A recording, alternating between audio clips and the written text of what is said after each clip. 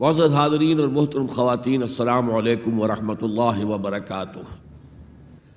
میری آج کی گفتگو کا موضوع ہے حب رسول کے تقاضے۔ ظاہر بات ہے کہ کوئی مسلمان ایسا نہیں ہوگا کہ جو مدعی نہ ہو کہ اسے حضور سے انتہائی محبت ہے، بلکہ جو عوام ہیں مسلمان، وہ چاہے بے عمل ہوں لیکن ان میں جو حمیت اور غیرت رسول کے لیے ہے صلی اللہ علیہ وسلم، کہ ان کی حرمت پر کٹ بھرنے کے لیے تیار رہتے ہیں، تو اس سے میں سمجھتا ہوں کہ کوئی شخص بھی محروم نہیں ہے۔ لیکن اس حب رسول کے تقاضے کیا ہیں، ان کو سمجھنے کی ضرورت ہے۔ کہیں ایسا نہ ہو کہ ہم تو اپنے تئیں یہ سمجھتے رہیں کہ ہم بہت عاشق رسول ہیں، محب رسول ہیں، لیکن آخرت میں جا کر قیامت کے دن ہم پر راز کھلے کہ نہیں، اللہ کو تو یہ شے قبول نہیں ہے، تمہارا دعویٰ رد ہے۔ اس ضمن میں سب سے پہلے آپ کے سامنے ایک فارمولہ رکھنا چاہتا ہوں۔ دیکھیے، اسلام کا تقاضا کیا ہے؟ اللہ کی اطاعت کرو اور اللہ کے رسول کی اطاعت کرو، یہ بنیاد ہے۔ حاکم مطلق اللہ ہے، شارع حقیقی اللہ ہے، اور اس کے نمائندے کی حیثیت اس کے رسول کو حاصل ہے صلی اللہ علیہ وسلم۔ اطیعوا اللہ و اطیعوا الرسول۔ اس سے جو انحراف کرے گا، میں نے ابھی آپ کے سامنے سورہ آل عمران کی 2 آیتیں پڑھی ہیں۔ قُلْ إِن كُنتُمْ تُحِبُّونَ اللَّهَ فَاتَّبِعُونِي يُحْبِبْكُمُ اللَّهُ۔ اے نبی، ان سے کہہ دیجئے اگر تم اللہ سے محبت کرتے ہو تو میرا اتباع کرو، میری پیروی کرو، اللہ تم سے محبت کرے گا۔ وَيَغْفِرْ لَكُمْ ذُنُوبَكُمْ، اور تمہاری خطائیں بھی بخش دے گا۔ وَاللَّهُ غَفُورٌ رَحِيمٌ، اور اللہ تو غفور بھی ہے، رحیم بھی ہے۔ قُلْ اطیعوا اللہ والرسول، کہہ دو اطاعت کرو اللہ کی اور اللہ کے رسول کی۔ فَإِن تَوَلَّوْا، پھر اگر وہ اس سے روگردانی کریں، فَإِنَّ اللَّهَ لَا يُحِبُّ الْكَافِرِينَ، تو اللہ کو ایسے کافر پسند نہیں ہے۔ یعنی اطاعت رسول سے انکار، اللہ کی اطاعت سے انکار، گویا کہ انسان دائرہ اسلام سے خارج ہو گیا۔ کبھی کوئی خطا ہو جائے، غلطی ہو جائے، گناہ کا صدور ہو جائے، اور انسان فوراً توبہ کر لے، فوراً رجوع کرے، پشیمانی اسے ہو جائے، عزم مصمم کر لے دوبارہ میں نہیں کروں گا، تو اللہ بخش دے گا۔ انما التوبۃ علی اللہ للذین یعملون السوء بجہالۃ ثم یتوبون من قریب، سورہ نساء میں فرمایا اللہ کے ذمے ہے ان لوگوں کی توبہ قبول کرنا۔ انما التوبۃ علی اللہ، اللہ کے ذمے ہے۔ جو کہیں غلطی سے، جہالت میں، نادانی میں، جذبات سے مغلوب ہو کر کوئی غلط کام کر بیٹھتے ہیں، لیکن فوراً توبہ کرتے ہیں، اللہ کی جناب میں رجوع کرتے ہیں، فوری توبہ اگر ہو جائے تو فوراً اللہ تعالیٰ کی مغفرت جو ہے ڈھانپ لیتی۔ لیکن اگر مستقل طور پر کسی ایک معصیت پر بھی ڈیرا ڈال دیا جائے، مثلا آج کی دنیا میں جو بہت بہت کامن شے ہے، سود جسے اللہ نے حرام قرار دیا، جس پر اللہ کی طرف سے اعلان جنگ ہے، فَأَذَنُوا بِحَرْبٍ مِّنَ اللَّهِ وَرَسُولِهِ، تو سن لو، الٹیمیٹم ہے اللہ اور اس کے رسول کی طرف سے۔ اسے اپنے کاروبار کا مستقل جز بنا لیا تو ایک غلطی، ایک گناہ بھی انسان کو ہمیشہ کے لیے جہنم میں ڈال سکتا ہے۔ بَلَا مَنْ كَسَبَ سَيِّئَةً وَأَحَاطَتْ بِهِ خَطِيئَتُهُ فَأُولَٰئِكَ أَصْحَابُ النَّارِ هُمْ فِيهَا خَالِدُونَ۔ کیوں نہیں؟ کسی نے جان بوجھ کر ایک بڑا گناہ کمایا، چھوٹے چھوٹے گناہ جو ہے، گناہ صغیرہ، وہ تو خود بخود بھی دھلتے رہتے ہیں، اللہ کی رحمت سے صاف ہوتے رہتے ہیں۔ لیکن کسی نے کبیرہ گناہ کمایا، جان بوجھ کر کیا، اور پھر اس پر ڈیرے ڈال دیے اور وہ گناہ اس کے گھر گھیرا کر بیٹھا. احاطت بہ خطیئتہ فاولئک اصحاب النار هم فیہا خالدون، تو وہ ہے جہنمی اور اس میں ہمیشہ رہنے والے. تو اطاعت اللہ کی، اطاعت رسول کی، یہ تو اسلام کا بنیادی مطالبہ ہے. اگر یہ بھی نہیں ہے تو پھر کچھ نہیں. اگر یہ نہیں تو بابا پھر سب کہانیاں. اب ذرا اس سے قدم اوپر اٹھیے. اطاعت کے ساتھ محبت، جب اللہ کی اطاعت کے ساتھ اللہ کی محبت جمع ہو جائے گی تو اس کا نام ہے عبادت. امام ابن تیمیہ رحمۃ اللہ علیہ کے جو شاگرد رشید ہیں، حافظ ابن قیم رحمۃ اللہ علیہ، انہوں نے عبادت کی ڈیفینیشن کی ہے. عبادت کیا ہے؟ العبادت تجمع اصلین، دو بنیادی چیزوں کو جمع کرنے سے عبادت وجود میں آتی ہے.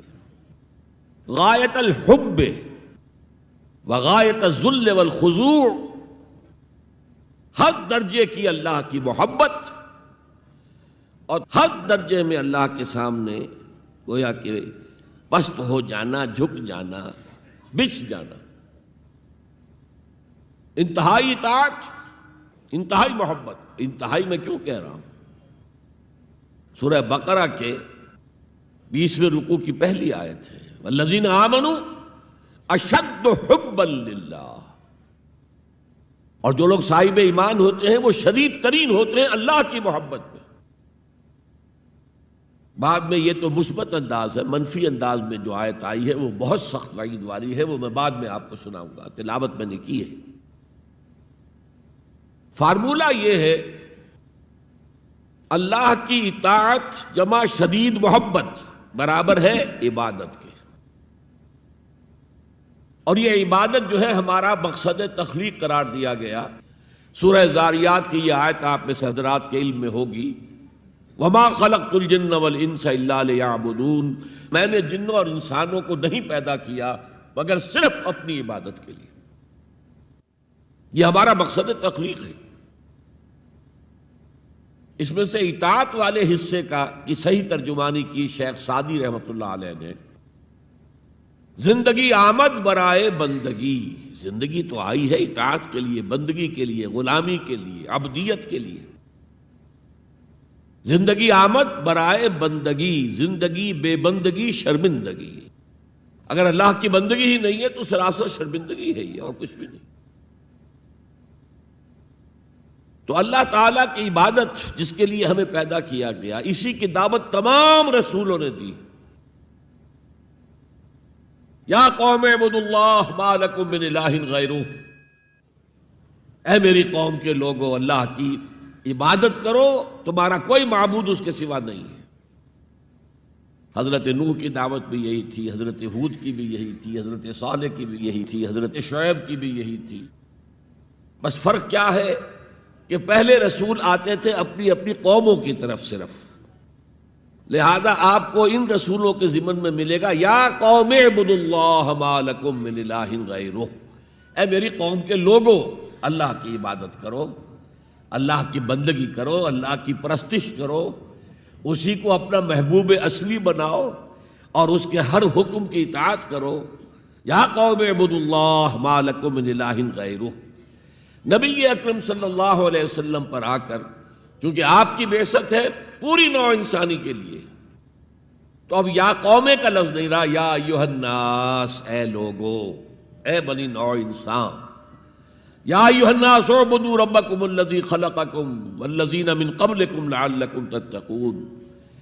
اے لوگو عبادت کرو، بندگی کرو، پرستش کرو اپنے اس رب کی جس نے تمہیں بھی پیدا کیا اور جو تم سے پہلے تھے ان کو بھی پیدا کیا تاکہ تم بچ سکو. یہ کیوں کہا دوہرا کر تم سے پہلوں کو بھی پیدا کیا؟ اس لیے کہ اکثر و بیشتر گمراہ لوگ مشرکین کیا کہتے تھے اپنے رسولوں سے کہ ہم تو بس جی اپنے آباء و اجداد کے راستے پر چلیں گے، ما وجدنا علیہ آباءنا، جس طریقے پر، جس طرز عمل پر ہم نے اپنے آباء و اجداد کو پایا ہے ہم نے اسی پر چلنا ہے.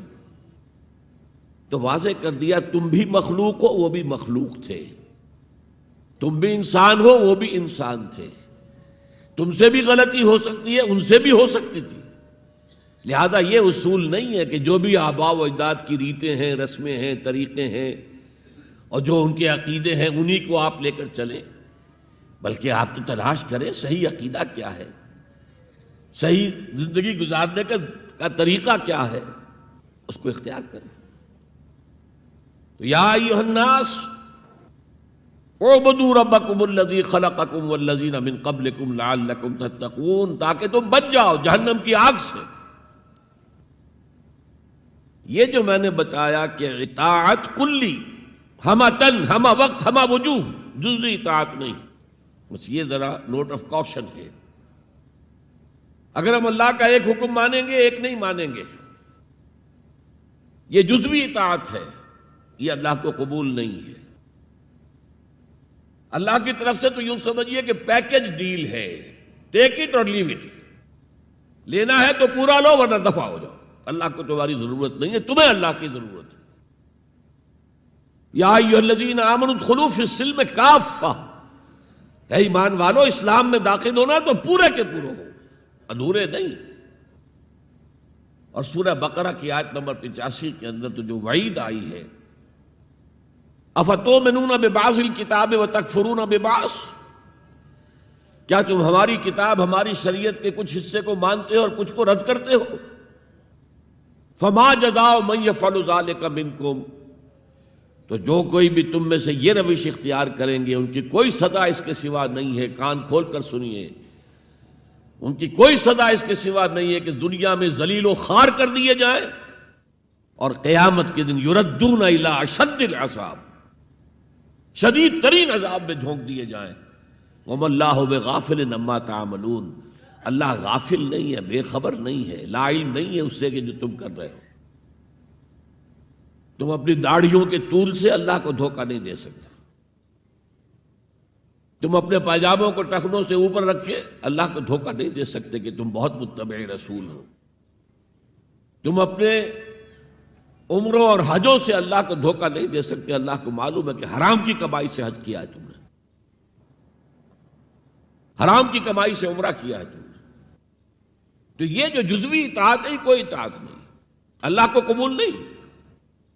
آدمی سوچتا ہے کہ چلیے میں نے یہ کام اچھے کیے، یہ برے کیے، مجھے اچھے کاموں کا کچھ کریڈٹ بھی تو ملنا چاہیے نا، لیکن نہیں، اللہ کہتا ہے جزوی اطاعت منہ پر دے ماری جائے گی، اور جو دنیا کی سزا ہے وہ تو ہم اپنی آنکھوں سے دیکھ رہے ہیں۔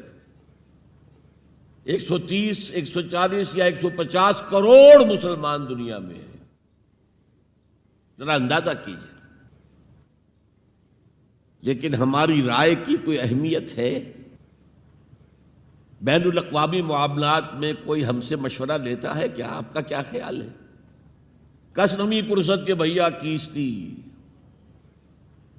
ایسے بھی ملک تھے کہنا چاہیے، اب تو ان کا حال پتلا ہے، دولت کے انبار تھے ان کے پاس، لیکن ان کا مذاق اڑتا تھا مغربی ممالک، وہ چاہے سعودی بادشاہ ہوں اور چاہے وہ UAE کے امیر ہوں، مذاق ہی اڑتا تھا نا، کوئی حیثیت نہیں۔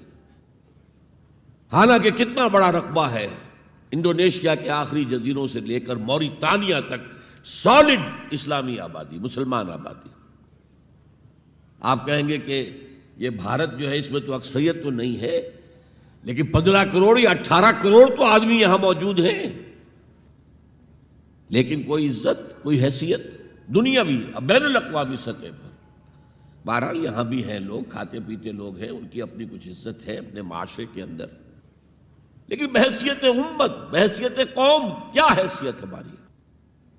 تو الا خزی فی الحیات الدنیا، وہ تو ہماری نگاہوں کے سامنے موجود ہے۔ اب قیامت کے دن کے بارے میں جو دھمکی اللہ نے دی ہے، وَيَوْمَ الْقِيَامَةِ يُرَدُّونَ إِلَىٰ أَشَدِّ الْعَذَابِ، قیامت کے دن شدید ترین عذاب میں جھونک دوں گا۔ اس پر اللہ سے معافی طلب کی جا سکتی ہے، دعا ہی کی جا سکتی ہے، اللہ ہم پر رحم فرمائیے۔ یہ میں نے آپ کے سامنے رکھا ہے فارمولہ، اللہ کی اطاعت جمع اللہ کی محبت، دے گو ٹو میک عبادت۔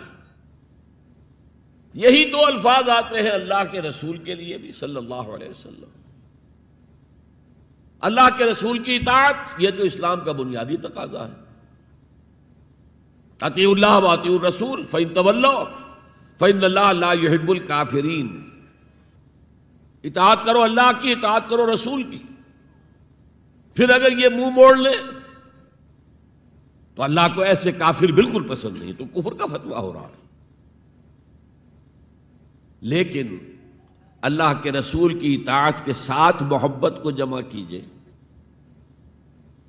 میں نے ابھی آپ کو حدیث سنائی ہے، حضور نے فرمایا لا یؤمن احدکم حتی اکون احب الیہ من والدہ وولدہ والناس اجمعین، تم میں سے کوئی شخص مومن ہو ہی نہیں سکتا جب تک کہ میں اسے محبوب تر نہ ہو جاؤں، اپنے باپ سے، اپنے بیٹے سے اور تمام انسانوں سے۔ تو اللہ کے رسول کی اطاعت جمع اس کی محبت۔ اس محبت کے ضمن میں ایک واقعہ یاد آیا جس سے اندازہ ہوگا کہ کس قدر اپنائیت تھی، کتنا قرب تھا حضور کے اور حضرت عمر فاروق رضی اللہ تعالیٰ عنہ کے مابین۔ ایک مرتبہ حضور دریافت کرتے ہیں حضرت عمر سے، عمر تمہیں مجھ سے کتنی محبت ہے؟ اب آپ سوچئے، ذرا سا بھی مغایرت کا باریک سا پردہ بھی اگر کہیں ہو تو کیا یہ سوال کیا جا سکتا ہے؟ تو انتہائی قریبی شخص سے ہی کیا جائے گا، تمہیں مجھ سے کتنی محبت ہے؟ عرض کیا آپ مجھے دنیا کے ہر انسان سے بڑھ کر عزیز ہیں۔ فرمایا اور اپنی جان سے؟ اب ذرا سا توقف کیا حضرت عمر نے، الان ہاں اب میں یہ بھی کہتا ہوں کہ آپ مجھے میری جان سے زیادہ عزیز ہیں۔ تو حضور نے فرمایا اب آئے ہو مقام مطلوب پر۔ تو رسول کی اطاعت جمع محبت، اس کا نام ہے اتباع، پیروی کرنا۔ فرق کیا ہے؟ اطاعت کی جاتی ہے حکم کی، اور پیروی کی جاتی کسی کے نقش قدم کی، چاہے اس نے حکم دیا ہو چاہے نہ دیا ہو، جو وہ کرتا ہو کرنا، یہ ہے اتباع۔ یہ اطاعت سے بہت بلند شے ہو گئی۔ مثال کے طور پر یہ چھوٹی چھوٹی مثالیں، اصل اتباع کیا ہے وہ میں بعد میں عرض کروں گا۔ کوئی ایک صحابی بدو باہر سے آئے، ایک ہی دفعہ حضور کو دیکھا، حضور اس وقت اس حالت میں تھے کہ آپ کے بٹن جو ہے کھلے ہوئے تھے گریبان کے، انہوں نے پھر ساری عمر اپنے گریبان کے بٹن نہیں لگائے۔ میں نے اللہ کے رسول کو اس حال میں دیکھا ہے، میں تو ان کی پیروی کروں گا، حضور نے کوئی حکم تو نہیں دیا تھا۔ تو یہ جو محبت، شدید محبت کے تحت جو بات آئے گی، اس کا نام اتباع ہے۔ اور اس اتباع کا مقام کیا ہے وہ آیت میں سنا چکا ہوں آپ کو۔ قُلْ إِن كُنتُمْ تُحِبُّونَ اللَّهَ فَاتَّبِعُونِي يُحْبِبْكُمُ اللَّهُ۔ اے نبی ان سے کہہ دیجئے اگر تم اللہ سے محبت کرتے ہو تو میرا اتباع کرو، میرے نقش قدم پر چلو، میری پیروی کرو۔ اللہ تم سے محبت کرے گا، تم اللہ کے محب نہیں محبوب بن جاؤ گے۔ اور اگر کہیں کوئی لغزش ہو گئی، کوئی خطا ہو گئی، کہیں جذبات کی رو میں بہہ کر کوئی گناہ کر بیٹھے تو اللہ معاف فرما دے گا۔ اللہ بڑا غفور ہے، اللہ بڑا رحیم ہے۔ مطلب یہ کہ راستہ تم نے یہ طے کر لیا ہو کہ چلنا مجھے محمد کے پیچھے ہے صلی اللہ علیہ وسلم۔ اب چلتے چلتے کبھی پاؤں پھسل گیا، کہیں گر گئے، کوئی بات نہیں، اٹھو فوراً، توبہ کرو اور آگے بڑھو۔ تو خطا اگر ہو بھی جائے گی، کہیں لغزش ہو جائے، کہیں چلتے چلتے پاؤں پھسل جائے کیچڑ میں، یا کوئی کیلے کا چھلکا آ گیا پاؤں تلے، گر گئے، کوئی حرج نہیں، اٹھو دوبارہ، لیکن نقش قدم جو ہے محمد کا صلی اللہ علیہ وسلم اس پر چلنا ہے۔ یہ اس اتباع کا ذکر آیا ہے سورہ اعراف کی ان آیات میں۔ آپ کو معلوم ہے کہ حضرت موسیٰ علیہ السلام کو جب تورات پر طلب کیا گیا تو کوہ طور پر تورات دینے کے لیے، تو پہلے 30 دن کے لیے بلایا تھا، پھر 10 دن کا اور اضافہ کر دیا گیا، 40 دن ہو گئے۔ فَتَمَّتْ مِیقَاتُ رَبِّکَ 40 لیلہ۔ اس اثنا میں پیچھے فتنے میں مبتلا ہو گئے بنی اسرائیل۔ سامری اس نے ایک ڈھونگ رچایا اور ایک بچڑا جو ہے وہ سونے چاندی کا بنایا ہوا بچڑا ڈھال کر کھڑا کر دیا، اس میں سے کوئی تھوڑی سی آواز بھی نکلتی تھی، کوئی ایسی ہے کہ ہوا گزرتی تھی تو آواز سے آتی تھی۔ کہا یہ ہے تمہارا الہ۔ یہ تو موسیٰ تو بھول گیا کہاں گیا ہے، کوہ طور کے اوپر کس خدا سے ملنے گیا ہے، خدا تو یہ ہے۔ اور بنی اسرائیل کے بہت سے لوگ اس فریب میں آ گئے اور بچڑے کی پوجا کرنے لگے۔ اب جب حضرت موسیٰ آئے، اور آپ کو معلوم ہے حضرت موسیٰ کا مزاج جلالی تھا، وہ پتھر کی تختیاں لے کر آئے تھے کہ جن پر کوہ طور پر اللہ تعالیٰ نے اپنے احکام عشرہ جو ہیں، دی 10 کمانڈمنٹس مشہور، وہ کندہ کر کے آپ کو دیے تھے، وہ ہاتھ میں لے کر آئے۔ یہاں معلوم ہوا یہ صورت پیش آ گئی ہے۔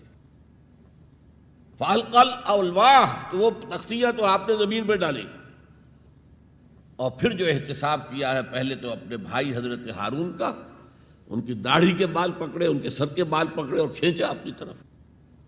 اس نے کہا کہ بھائی مجھے ذلیل نہ کرو لوگوں کے سامنے، میں نے انہیں روکا لیکن یہ تو مجھے قتل کرنے پر تل گئے تھے، اور مجھے اندیشہ یہ ہوا کہ کہیں آپ واپس آ کر یہ نہ کہیں ان فرقت بین بنی اسرائیل، کہ تم نے جو بنی اسرائیل کے درمیان تفرقہ پیدا کر دیا۔ تو میں نے کہا آپ ہی واپس آ کر نپٹے۔ اب پہلی بات نوٹ کیجئے، تاریخ انسانی کا یہ عظیم واقعہ ہے، کئی ہزار یہودی اپنے اپنے قبیلے کے لوگوں کے ہاتھوں ذبح کیے گئے اس پر۔ اللہ تعالیٰ نے حکم دیا اور حضرت موسیٰ نے وہ حکم دیا، اللہ کا حکم موسیٰ نے پہنچایا کہ 12 قبیلے نا، ہر قبیلے کے جن لوگوں نے یہ حرکت کی ہے ان کو اسی قبیلے کے لوگ اپنے ہاتھ سے ذبح کریں۔ اب یہ بہت بڑی توبہ تھی، بہت بڑی توبہ تھی، بہت بڑی توبہ تھی، اپنے قبیلے کے لوگوں کو قتل کر دینا۔ پھر وہ 70 نمائندے لے کر تمام جو بڑے لوگ تھے کوہ طور پر حاضر ہوئے، اجتماعی طور پر اللہ سے عفو و درگزر کی درخواست بھی کرنے کی۔ وہاں اللہ نے زبردست زلزلہ بھیج دیا، محسوس ہوا اب سب ہلاک ہو جائیں گے۔ حضرت موسیٰ نے کہا پروردگار تو چاہتا تو مجھے اور اس قوم کو پہلے ہی ہلاک کر دیتا، تو ہمیں نکال کر لایا ہے آل فرعون کے پنجوں سے، تو نے ہمیں نجات دی ہے، تو پروردگار ہمارے لیے اپنی رحمت طے کر دے، لکھ دے، فاکتب لنا، ہمارے لیے طے کر دے، لکھ دے اپنی رحمت۔ اس پر فرمایا اللہ نے دیکھو موسیٰ، میری ایک رحمت تو عام ہے، وسعت کل شیء، رحمتی وسعت کل شیء، ہر شے کے ساتھ ہے، اور ایک میری خاص رحمت ہے، وہ میں لکھ دوں گا، طے کر کے رکھ دوں گا، للذین یتبعون الرسول النبی الامی، ان لوگوں کے لیے جو میرے رسول نبی امی پر ایمان لائیں گے اور ان کا اتباع کریں گے۔ یہاں بھی لفظ اتباع آیا، اور اس میں پھر حضور صلی اللہ علیہ وسلم کی کچھ شان بیان ہوئی ہے، بات لمبی ہو جائے گی، اور پھر فرمایا یہ گویا کہ اتباع کی تفسیر آ رہی ہے۔ اتباع کا مطلب کیا ہے؟ فالذین آمنوا بہ وعزروہ ونصروہ واتبعوا النور الذی انزل معہ اولئک ھم المفلحون، تو جو لوگ ان پر ایمان لائیں گے اور جو ان کی تعظیم کریں گے اور جو ان کی نصرت کریں گے، مدد کریں گے، اور جو اس نور کی پیروی کریں گے جو ان کے ساتھ نازل کیا جائے گا، تو وہی ہوں گے مفلحون، وہ ہوں گے کامیاب ہونے والے، فلاح یافتہ لوگ وہ ہوں گے جو یہ 4 رشتے ہمارے اس رسول نبی امی کے ساتھ پختگی کے ساتھ قائم کر لیں۔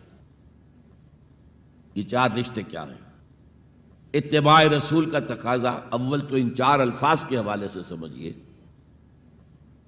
پھر ذرا ایک دوسرے انداز میں بھی بیان کروں گا۔ فالذین آمنوا بہ، پہلا قدم ایمان، لیکن ایمان کے سمجھ لیجئے اچھی طرح 2 درجے ہیں۔ آپ میں سے بہت سے حضرات کو مجھے توقع ہے ایمان مجمل، ایمان مفصل یاد ہوں گے۔ ایمان مجمل کیا ہے؟ آمنت باللہ کما ہوا باسمائہ و صفاتہ و قبلت جمیع احکامہ اقرار باللسان و تصدیق بالقلب۔ پہلا درجہ ہے اقرار باللسان، اشہد ان لا الہ الا اللہ اشہد ان محمد رسول اللہ. کوئی ہو، ہندو ہو، سکھ ہو، پارسی ہو، عیسائی ہو، یہودی ہو، یہ کلمہ پڑھے اور وہ مسلمان ہو گیا. اقرار باللسان پر ہمارا دنیا میں مسلمان سمجھا جانا موقوف ہے، لیکن اصل ایمان یہ نہیں ہے. اصل ایمان ہے تصدیق بالقلب، دل میں یقین. جب تک دل کا یقین نہ ہو ایمان نہیں ہے.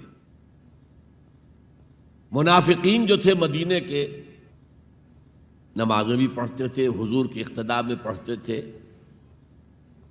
اور جو رئیس المنافقین تھا عبداللہ ابن ابی ابن سلول، وہ تو پہلے صف میں ہوتا تھا. اور جب حضور خطبہ دیتے تھے جمعے کا تو پہلے خود کھڑا ہوتا تھا اپنی اہمیت ظاہر کرنے کے لیے. دیکھو لوگو، یہ اللہ کے رسول ہیں، ان کی بات پوری توجہ سے سنو. یہ صرف اپنی چودراہٹ کے اظہار کے لیے کہ میں بڑی شے ہوں، اس لیے کہ وہ خزرج کا بڑا سردار تھا. اوس اور خزرج کے 2 عرب قبیلے تھے مدینے میں، جن میں سے کہ خزرج کا قبیلہ بڑا تھا، اوس کا چھوٹا تھا.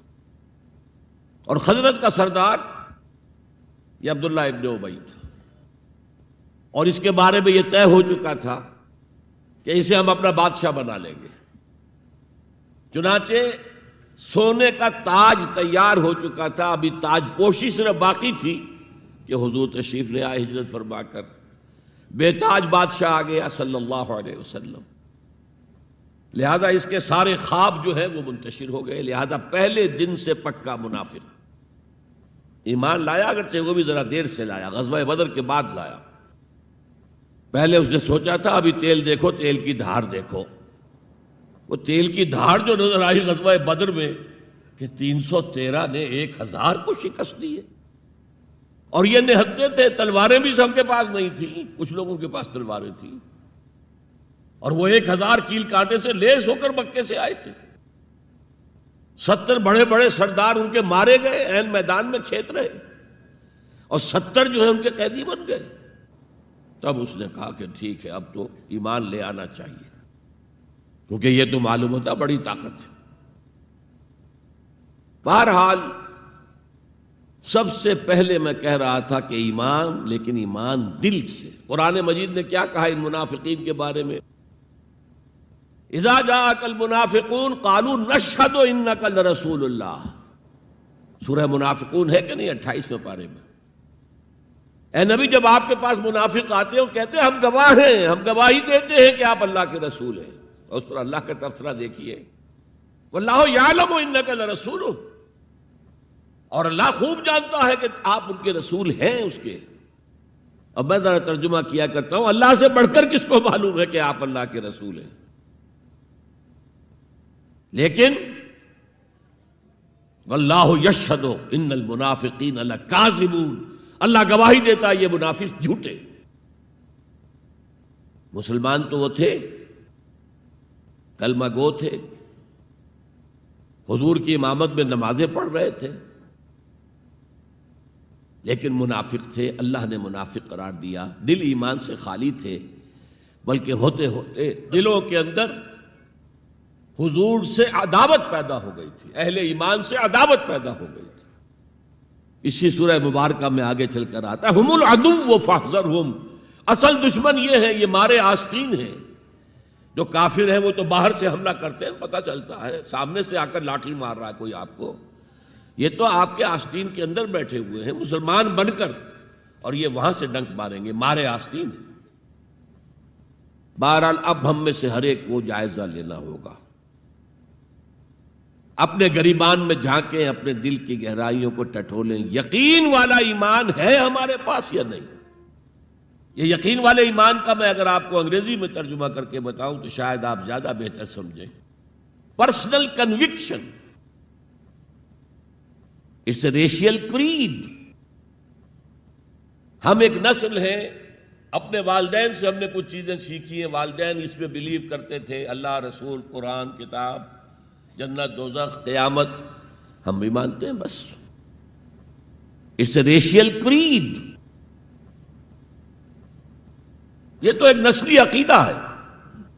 اصل شے جو ضروری ہے پرسنل کنوکشن، اپنا یقین، ذاتی یقین. تو سب سے پہلے تو اللہ کے رسول صلی اللہ علیہ وسلم کی رسالت پر یقین. اور میں نے آپ کو حدیث سنائی تھی ابھی،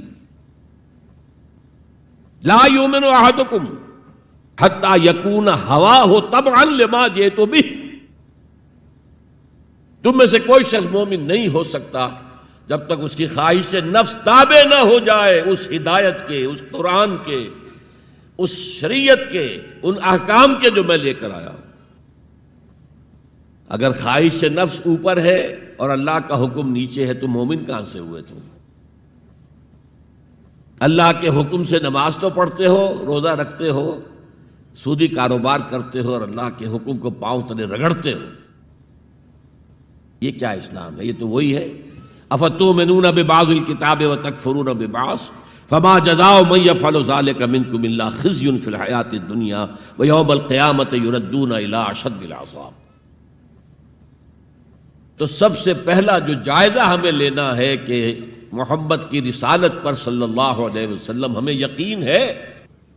یقین، تصدیق تو ہم کرتے ہیں، زبان سے کہتے ہیں، لیکن یقین، جس یقین کا نتیجہ یہ نکلے کہ پھر نفس کے سارے تقاضے نیچے ہو جائیں اور حضور کی لائی ہوئی ہدایت، حضور کی لائی ہوئی شریعت بالاتر ہو جائے.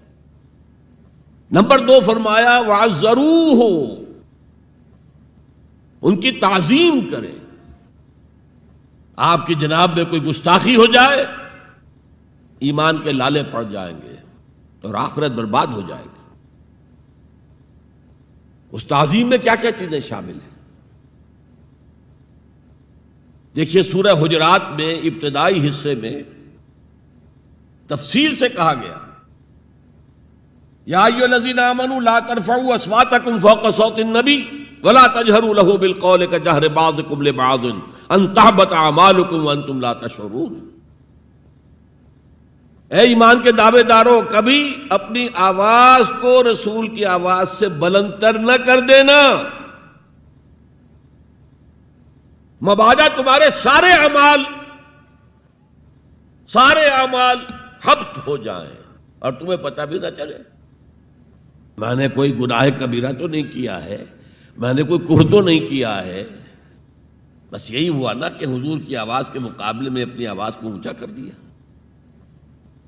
لا ترفعوا اصواتکم فوق صوت النبی ولا تجہروا له بالقول کجہر بعضکم لبعض.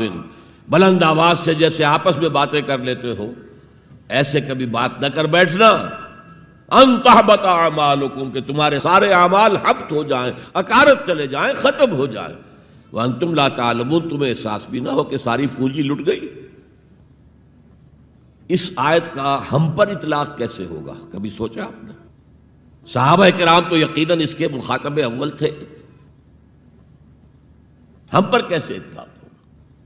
اگر ہماری گفتگو ہو رہی ہو، بحث ہو رہی ہو، میں کچھ کہہ رہا ہوں، آپ کچھ کہہ رہے ہیں، لیکن کوئی کہہ دے حضور نے یوں فرمایا ہے، فوراً چپ ہو جاؤ. اب اگر کہا نہیں میرا خیال یہ، اب گویا کہ یہ حضور کی آواز سے آپ نے اپنی آواز اونچی کر دی.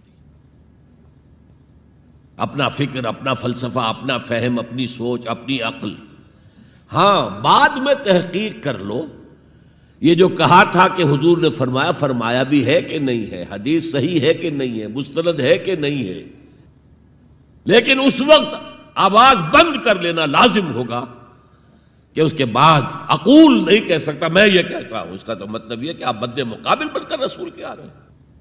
تو لا ترفعوا اصواتکم فوق صوت النبی ولا تجہروا له بالقول کجہر بعضکم لبعض ان تحبط اعمالکم وانتم لا تشعرون. صحابہ کے بارے میں آپ نے سنا ہوگا کہ حضور کی محفل میں ایسے بیٹھے ہوتے تھے ساکت و صامت، جیسے کہ ان کے سروں پر پرندے بیٹھے ہوئے ہیں اور انہیں اندیشہ ہے کہ ذرا سا بھی ہلیں گے تو پرندہ اڑ جائے گا. اس قدر ادب. حضور صحابہ سے سوال کرتے تھے، اور یہ آپ کا طریقہ تھا تعلیم کا، کہ پہلے ایک سوال سامنے لایا جائے تاکہ ان کا ذہن کھلے، سوچیں خود بھی. یہ تعلیم کا بہترین طریقہ ہے.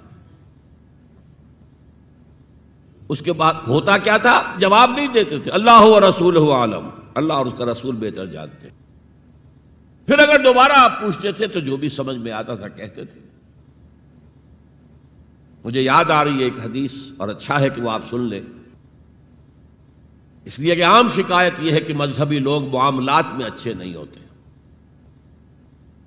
مسجدیں بنوائیں گے، مسجدوں میں قالین بچھوائیں گے، وہاں پر فانوس لگوائیں گے، سب کچھ کریں گے، مدرسوں کی خدمت کریں گے، علماء کی خدمت کریں گے، لیکن معاملات، تجارت، کاروبار، بین الانسانی تعلقات، عام شکایت ہے، اس کی وہ پرواہ نہیں کرتے، حقوق العباد کا لحاظ نہیں. تو حضور نے ایک مرتبہ پوچھا صحابہ سے، اتدرون من المفلس، تم جانتے ہو مفلس کون ہوتا؟ صحابہ نے جواب دیا، المفلس عندنا من لا درہم لہ ولا دینارا. حضور ہم اس شخص کو مفلس سمجھتے ہیں جس کے پاس درہم و دینار نہیں ہے. ہم کہیں گے روپیہ پیسہ نہیں ہے. فرمایا نہیں، میری امت کا مفلس وہ ہوگا جو بہت سی نمازیں لے کر آئے گا، بہت سے روزے لے کر آئے گا، بہت سے حج لے کر آئے گا، بہت سے عمرے لے کر آئے گا، لیکن اس کے ساتھ ہی قد شتم ھذا، فلاں شخص کو گالی دی تھی، واکل مال ھذا، فلاں شخص کا مال کھا لیا تھا، فلاں شخص پر تہمت لگائی تھی. اب وہ سارے دعوے دار آ جائیں گے، اللہ اس نے میرے ساتھ یہ کیا. ٹھیک ہے بھائی، اس کی نمازیں تم لے جاؤ، اور تو کچھ ہے نہیں، کوئی کرنسی تو ہے نہیں وہاں، نہ ڈالر ہے نہ یورو ہے، کچھ بھی نہیں، اعمال کی کرنسی ہے، نیکی تم لے جاؤ. کوئی اور دعوے دار آیا، روزہ وہ لے گیا، اس کے پاس کچھ نہیں رہا. دعوے دار اب بھی باقی ہیں. اب ان کے گناہ جو ہے اس کے حساب میں پڑنے شروع ہو جائیں گے، یہاں تک کہ دوسروں کے گناہوں کے بوجھ تلے دب کر وہ جہنم میں جھونک دیا جائے. یہ مفلس. تو یہ انداز تھا حضور کا سمجھانے کا، پڑھانے کا، فطری طریقے تعلیم. تو فالذین آمنوا بہ وعزروہ، تو وہ لوگ جو ایمان لائے ان پر اور جنہوں نے ان کی تعظیم کا حق ادا کیا. وَنَصَرُوهُ، یہ آئی ہے اب سخت بات، اور ان کی مدد کی. مدد کس کام میں؟ حضور اتنے غیور تھے کہ ذاتی کام میں کوئی مدد آپ کسی سے نہیں مانگتے تھے. سیرت کی کتابوں میں آتا ہے کہ اگر آپ سواری پر ہوتے تھے اور آپ کا کوڑا نیچے گر جاتا تھا تو کسی سے یہ نہیں کہتے تھے کہ اٹھا کر ذرا مجھے پکڑا دو. آپ سواری سے اترتے تھے، اپنا کوڑا خود اٹھاتے تھے. اور اس ضمن میں بھی سیرت النبی کا ایک واقعہ مجھے یاد آ رہا ہے، وہ میں آپ کو سنا دوں. جب ہجرت مدینہ کی اجازت آ گئی تھی عام لوگوں کے لیے، عام مسلمانوں کے لیے، چلے جاؤ جاؤ سب جاؤ مدینہ کی طرف، لیکن رسول اپنی جگہ نہیں چھوڑ سکتا وداؤٹ ایکسپریس پرمیشن آف اللہ. تو حضور کے لیے ابھی اجازت نہیں آئی. جو یار غار تھے حضرت ابوبکر صدیق، وہ پوچھتے تھے حضور اجازت آ گئی؟ نہیں ابھی نہیں آئی. حضور اجازت آ گئی؟ نہیں ابھی نہیں آئی. حضرت عائشہ فرماتی ہیں کہ ایک روز دوپہر کے وقت حضور چلے آ رہے تھے، ہم حیران ہوئے.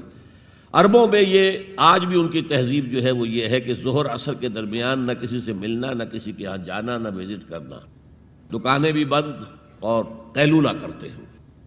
یہ ان کی تہذیب کا حصہ ہے. تو ہم حیران ہوئے، آپ نے اپنے سر کو ڈھانپا ہوا تھا کپڑے سے اور آپ تشریف لائے، اور آ کر آپ نے خوشخبری دی حضرت ابوبکر کو کہ ہجرت کی اجازت آ گئی ہے. اب اس پر حضرت ابوبکر کو بڑی خوشی ہوئی، بڑے احساس مسرت کے ساتھ عرض کرتے ہیں، حضور میں نے 2 اونٹنیاں تیار کر رکھی ہیں، خوب کھلا پلا کے انہیں فربا کیا ہوا ہے، تکڑا کیا ہوا ہے. حضور تھوڑا سا توقف کر کے فرماتے ہیں، ٹھیک ہے لیکن 1 اونٹنی کی قیمت میں ادا کروں گا. حضرت ابوبکر رو پڑے، حضور مجھ سے بھی یہ مغایرت کہ میری اونٹنی کی بھی آپ قیمت دینا چاہتے ہیں؟ تو نصرت جو ہے اس کے بارے میں جان لیجئے کہ یہ تو حضور کا جو مشن تھا اس میں مدد، کوئی ذاتی اپنے کسی کام کے لیے آپ نے کبھی کسی سے مدد طلب نہیں کی. جو مشن اللہ نے ڈال دیا تھا کندھے پر، هو الذی ارسل رسولہ بالہدی ودین الحق لیظہرہ علی الدین کلہ ولو کرہ المشرکون. وہی تو ہے اللہ جس نے بھیجا ہے اپنے رسول محمد کو صلی اللہ علیہ وسلم الہدا دے کر، قرآن حکیم دے کر اور دین حق دے کر. صرف قرآن نہیں، دین حق. جو عربی سے واقف ہیں کچھ لوگ وہ سوچتے ہوں گے جو واو آیا ہے درمیان میں، یہ واو تفسیری ہے، یہ واو عطف ہے. اگر یہ واو عطف ہے تو مغایرت ہو جائے گی. الہدا کچھ اور ہے، دین حق کچھ اور ہے، مغایرت لازم ہے معطوف اور معطوف علیہ کے اندر. وہ مغایرت کیا ہے؟ صرف قرآن پر کوئی نظام نہیں بن سکتا. نظام بنتا ہے جب قرآن پر سنت رسول کا اضافہ کیا جائے. لہذا دین حق صرف قرآن نہیں ہے، قرآن بما سنت رسول صلی اللہ علیہ وسلم اب نظام بنتا ہے. جیسے قرآن میں کتنی دفعہ کہا اقیموا الصلاۃ اقیموا الصلاۃ اقیموا الصلاۃ الذین یقیمون الصلاۃ، کتنی مرتبہ. لیکن کیا نماز کا کوئی نظام بن سکتا ہے قرآن کی بنیاد پر؟ کیا یہ نماز کے 5 اوقات معین ہو سکتے ہیں یقین کے ساتھ؟ اشارات تو ہیں، لیکن یہ کہ کیا یقین کے ساتھ 5 کا یہ معاملہ؟ یہ تو معلوم ہے کہ قیام بھی ہے، رکوع بھی ہے، سجود بھی ہے. ترتیب کیا ہے؟ یہ کسی قرآن مجید کی آیت سے ثابت ہوگا؟ پھر ہر رکعت میں رکوع ایک ہے، سجدے 2 ہیں. کیوں؟ یا تو سجدہ بھی ہو یا رکوع بھی 2 ہو. لاکھ اختلاف ہو جاتے. یہ جو 1450 برس ہو گئے، کہیں پریڈ ٹوٹتی ہے. اگر یہ ہوتا کسی کے نزدیک رکوع بھی 2 ہے تو ایک رکوع کے بعد دوسرا رکوع کرتا، باقی لوگ گئے ہوتے سجدے کے اندر. ٹوٹ گئی نا پریڈ. اور کسی کی رائے یہ ہوتی کہ سجدہ بھی ایک ہی ہے تو وہ ایک سجدہ کر کے کھڑا ہو جاتا، دوسرے ابھی دوسرا سجدہ کر رہے ہیں. تو وہ کہہ سکتا تھا کہ یہ ناداں گر گئے سجدے میں جب وقت قیام آیا، اب تو وقت قیام آ چکا تھا. ہے ایسا اختلاف کوئی؟ سن 62 میں پہلی مرتبہ جب حج پر گیا ہوں تو سب سے بڑا تاثر میرا یہی تھا کہ 1400 برس ہو گئے ہیں اور امت کتنے وسیع علاقے میں پھیلی ہے. ہر نسل کے لوگ اس میں آئے ہیں، ہر رنگ کے لوگ آئے ہیں، ہر جغرافیائی پس منظر کے لوگ آئے ہیں، ہر تاریخی پس منظر کے لوگ آئے ہیں. لیکن یہ نماز میں تو کوئی فرق نہیں، نماز ٹوٹتی نہیں کہیں. پریڈ، ایک پریڈ چل رہی ہے. تو نماز کا بھی نظام سنت کے بغیر نہیں بنتا. تو نظام زندگی، مکمل نظام زندگی، وہ قرآن پر سنت کے اضافے سے وجود میں آئے گا. اس لیے قرآن کو علیحدہ کہا اور دین الحق کو علیحدہ کیا. اور دین الحق کسے کہتے ہیں؟ دیکھیے دین کے بنیادی معنی ہیں جزا و سزا، مالک یوم الدین. ہم پڑھتے ہیں کہ نہیں؟ ارأیت الذی یکذب بالدین، تم نے دیکھا اس شخص کو جو جزا و سزا کا منکر ہے. اب یہ جزا و سزا یقیناً کسی قانون کے تحت ہوتا ہے، اور قانون کا ساتھ تصور ہے قانون بنانے والا کون ہے. جس کو آپ مانیں گے قانون بنانے والا اور اس کی اطاعت میں پورا نظام زندگی دے دیں گے، اس کا دین ہے جو آپ نے اختیار کیا ہے. قرآن مجید میں مرکب اضافی کی شکل میں اس دین کی نسبت یا بادشاہ مصر کی طرف ہوئی ہے یا اللہ کی طرف ہوئی ہے. ما کان لیاخذ اخاہ فی دین الملک، حضرت یوسف کے پاس علیہ الصلاۃ والسلام جب اتنے طویل عرصے کے بعد 11 بھائی آئے، ان میں بنیامین بھی تھا جو آپ کا حقیقی بھائی تھا. اسے اپنے پاس روکنا چاہتے تھے. لیکن جس بادشاہ کے تحت وہ سارا نظام تھا وہ بادشاہ تو نہیں تھے نا، تو بادشاہ تو وہ تھا جس نے خواب دیکھا تھا کہ 7 دبلی گائیں جو ہیں وہ 7 موٹی گائیں کو کھا گئی، نگل گئی، اس کی تعبیر بتائی تھی، تبھی تو جیل سے نکلے تھے۔ اب یہ کہ بہت بڑے افسر تھے، بڑے وزیر تھے، آپ انہیں جو چاہے کہہ لیں، لیکن بادشاہ تو نہیں تھے نا، نظام تو بادشاہ کا تھا، اور بادشاہ کے قانون کے مطابق وہ باہر سے آئے ہوئے کسی شخص کو اپنے پاس روک نہیں سکتے تھے۔ ما کان لیاخذ اخاہ فی دین الملک، تو اللہ تعالیٰ نے وہ پھر ہیلا نکالا ان کے لیے، تفصیل آپ کے علم میں ہے۔ کذالک کدنا لیوسف، ہم نے اس طریقے سے ایک تدبیر کر دی یوسف کے لیے، اللہ نے اپنے ذمے لے لی بات۔ تو دین الملک، دین الملک کیا ہے؟ بادشاہ مطاع مطلق ہے، ساورینٹی بلونگز ٹو ہم، بادشاہ ہو یا کوئن ہو، وہ قانون بنائے گا اور اس کے تحت آپ کو زندگی بسر کرنی ہوگی، یہ دین الملک۔ اور دین اللہ کیا ہے؟ اللہ مطاع مطلق، اللہ ساورن، ان الحکم الا للہ لا یشرک فی حکمہ احدا، اس نے جو قانون دیا ہے اس کے تحت پوری زندگی، سیاسی نظام اسی کے تحت ہو، معاشی نظام اسی کے تحت ہو، کرمنل لا اس کے تحت ہو، سول لا اس کے تحت ہو، لا آف انہیریٹنس اس کے تحت ہو، قانون شہادت اس کے تحت ہو، سماجی نظام وہ بھی اللہ کے حکم کے مطابق ہو، تو وہ ہے دین اللہ، اللہ مطاع مطلق، اس کے قانون کے تحت پوری زندگی کا آ جانا۔ اذا جاء نصر اللہ والفتح ورأیت الناس يدخلون فی دین اللہ افواجا، جب اللہ کی مدد آ گئی اور فتح آ گئی، اور اے نبی آپ نے دیکھا کہ اب لوگ جوق در جوق آ رہے ہیں، فوج در فوج آ رہے ہیں، گروہ در گروہ آ رہے ہیں، قبیلوں کے وفد پر وفد چلے آ رہے ہیں اسلام لانے کے لیے، تو یہ کیفیت کیا تھی؟ دین اللہ میں داخل ہونے کا ان کا فیصلہ۔ اب ذرا سی ٹیڑھی بات آ رہی ہے، پوری دنیا میں دین جمہور، sovereignty of the people, not of God, sovereignty of the people, ہمارے نمائندے ہیں، ہم ووٹ دیں گے انہیں، وہ جائیں گے اسمبلی میں، جو چاہیں گے قانون بنائیں گے،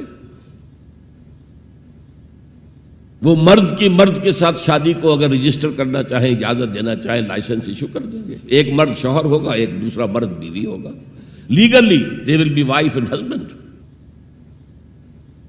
لیسبینز ہیں، عورتیں ہیں، آپس میں شادی کرنا چاہتی ہیں تو عورتیں ٹھیک ہے، لو بھائی کر دو، جاؤ۔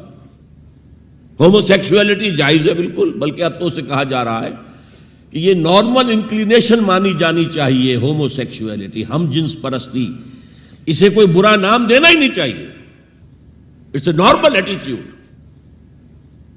یہ ہے اس سوشل انجینئرنگ پروگرام کا معاملہ کہ جو ابھی چند سال پہلے جو یونائٹڈ نیشنز آرگنائزیشن کی جنرل اسمبلی نے جو سوشل انجینئرنگ پروگرام بنایا ہے نوع انسانی کے لیے، اس میں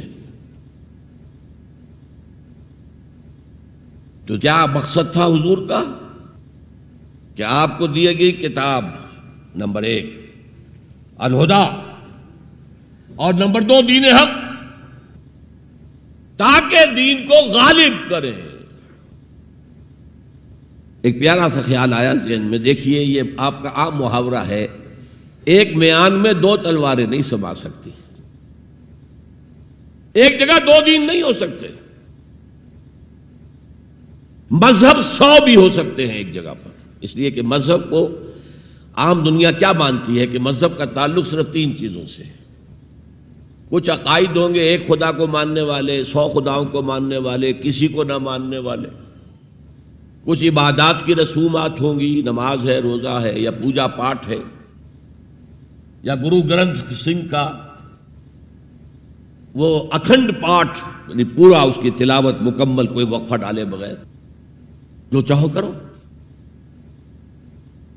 سوشل کسٹمز ہوتے ہیں، بچہ پیدا ہوگا تو کیا کریں گے؟ عقیقہ کریں گے، بپتسمہ دیں گے، عیسائی بپتسمہ دیتے ہیں، بیپٹائز کرتے ہیں، ہم عقیقہ کرتے ہیں، پیدا ہوتے ہی دائیں کان میں اذان، بائیں میں اقامت کہتے ہیں۔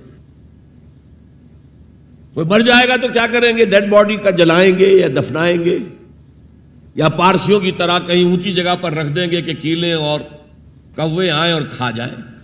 کم سے کم ان کی غذا کا تو کام چلے نا. زمین میں دبا دیں گے تو مٹی ہو کر مٹی میں مل جائے گا, کسی کے کام ہی نہیں آئے. بہرحال ان تین چیزوں کے مجموعے کا نام ہے مذہب. جبکہ دین کے اندر تین چیزیں مزید شامل ہو جاتی ہیں: سماجی نظام، معاشی نظام، سیاسی نظام. یہ 3 جمع 3 بن کر دین بنتا ہے. تو دین تو دو نہیں ہو سکتے. جمہوریت اور آمریت تو ساتھ ساتھ نہیں ہو سکتے. کیپٹلزم اور کمیونزم تو ساتھ ساتھ نہیں ہو سکتے. ڈیموکریسی اور ملوکیت تو ساتھ ساتھ نہیں ہو سکتے. اس اعتبار سے ایک مغلوب ہوگا، ایک غالب ہوگا. مغلوب مذہب بن جائے گا اور غالب دین ہوگا. آج دین جمہور غالب ہے. اور جو اقبال کا شعر ہے بڑا پیارا: بندگی میں گھٹ کے رہ جاتی ہے ایک جوئے کباب، اور آزادی میں بہرے بے کراں ہے زندگی. اگر دین آزاد ہے، غالب ہے، چھایا ہوا ہے تو وہ ہے اصل دین، ورنہ وہ سکڑ کر مذہب بن جائے گا. ہم 60 سال پہلے دین انگریز پر تھے نا. حاکم کون تھا؟ وہ بادشاہ کو ملکہ بیٹھا ہوا یا بیٹھی ہوئی ہے انگلستان میں. وائس رائے یہاں ایک ہوتا تھا اس کا، لیکن وہ حاکم نہیں تھا، ساورن نہیں تھا. ساورنٹی ان کی تھی، اصل حکومت ان کی تھی. ہز میجسٹیز گورنمنٹ یا ہر میجسٹیز گورنمنٹ، ان کی تھی حکومت. تو اس اعتبار سے دین کو غالب کرنا یہ بہت جان جوکھوں کا کام تھا. یہ نوٹ کر لیجئے آپ.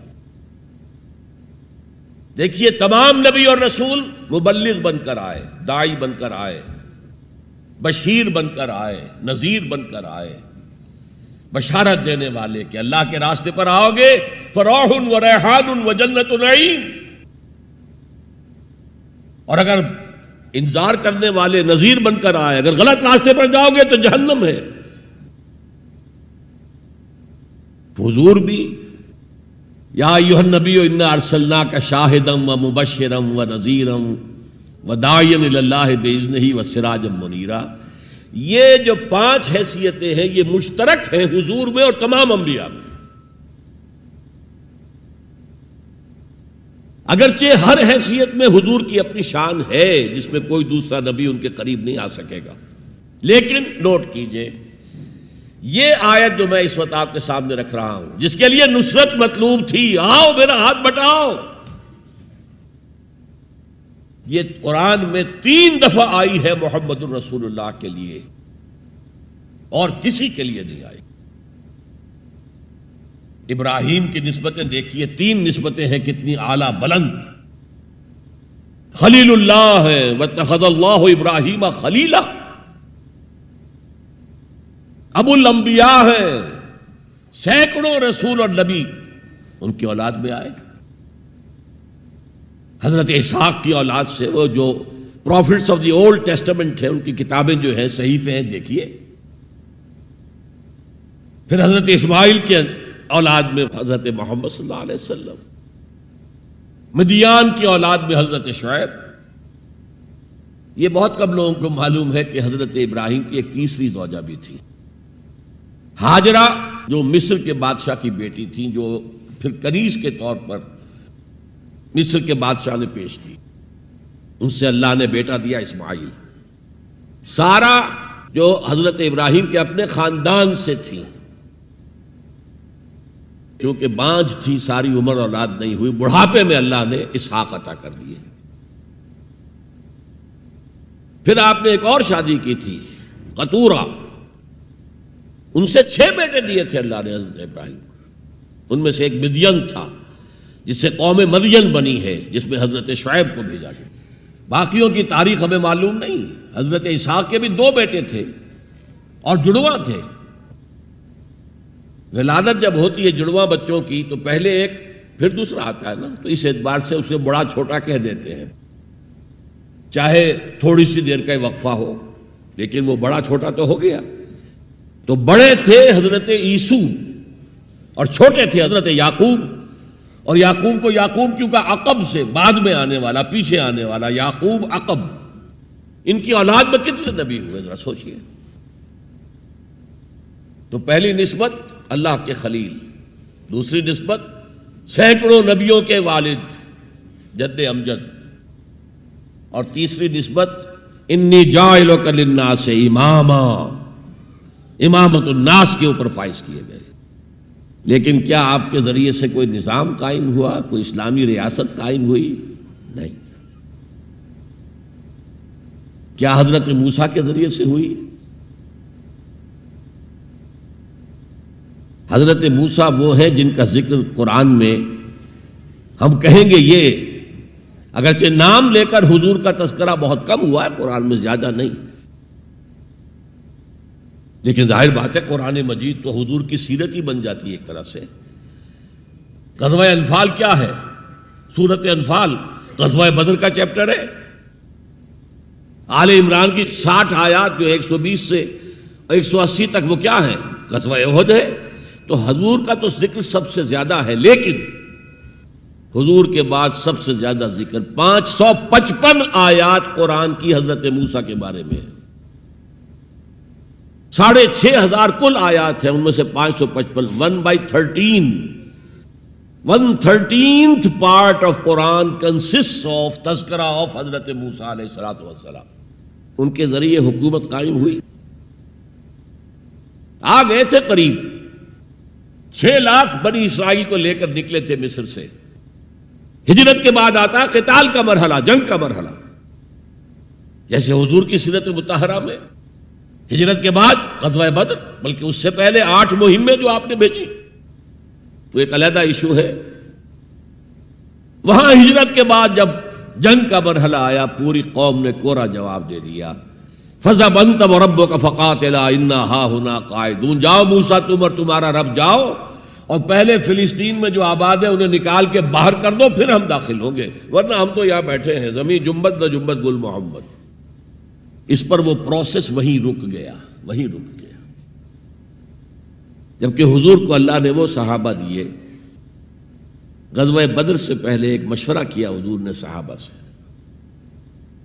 دیکھو ایک لشکر آ رہا ہے جنوب سے، مکہ جنوب میں تھا مدینے سے، کیل کانٹے سے لیس ہے، لشکر ہے بڑا. ایک قافلہ آ رہا ہے شمال سے جو ابو سفیان لے کر گئے تھے اور اب واپس آ رہے تھے، اور انہوں نے SOS کال بھیج دی تھی اپنے سے پہلے مکہ کے لوگوں کے لیے کہ بھائی میرے قافلے کو خطرہ ہے، محمد صلی اللہ علیہ وسلم کے آدمی شاید حملہ کر دیں ہم پر، لہذا مدد بھیجو.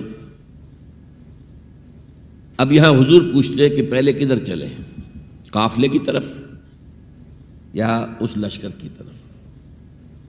کچھ لوگ، ظاہر بات ہے کہ مدینے کے تمام جو صاحب ایمان تھے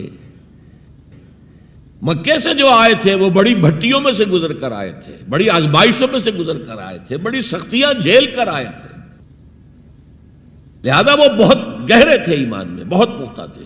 مدینے والوں کو تو ایسی کوئی قربانی دینی نہیں پڑی، پورا قبیلہ ایمان لے آیا. لہذا وہاں کچھ نہ کچھ کچے لوگ بھی تھے ہم جیسے.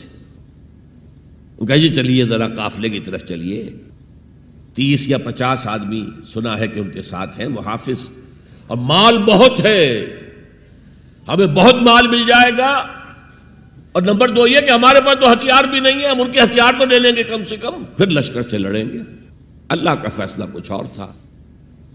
اب آپ لوگوں سے کہہ رہے ہیں مجھے مشورہ دو، مجھے مشورہ دو، مجھے مشورہ دو.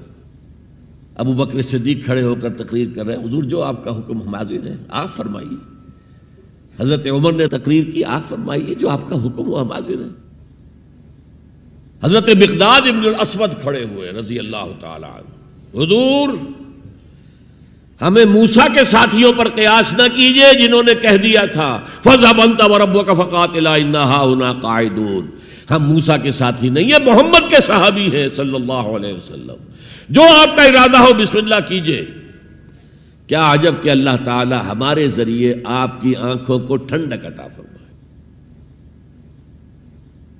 یہ تو میں نے صرف اس واقعے کے حوالے سے سنایا یہ واقعہ کہ وہاں کیا تھا، 6 لاکھ تھے افراد یہود، ان میں بوڑھے بھی تھے، بچے بھی تھے، عورتیں بھی تھیں. تو 1 لاکھ تو ہوں گے جنگ کرنے کے قابل، اور نیچے آ جائیے 50,000 تو ہوں گے، 12 میں ایک تو ہوگا۔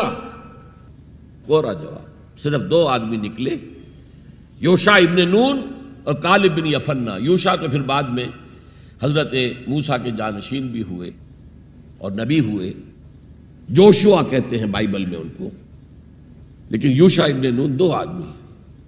اب جنگ کیسے ہو؟ لہذا پروسیس وہی رک گیا۔ حضرت موسیٰ علیہ السلام کے ہاتھوں کو اسلامی حکومت، اسلامی ریاست قائم نہیں ہو سکی۔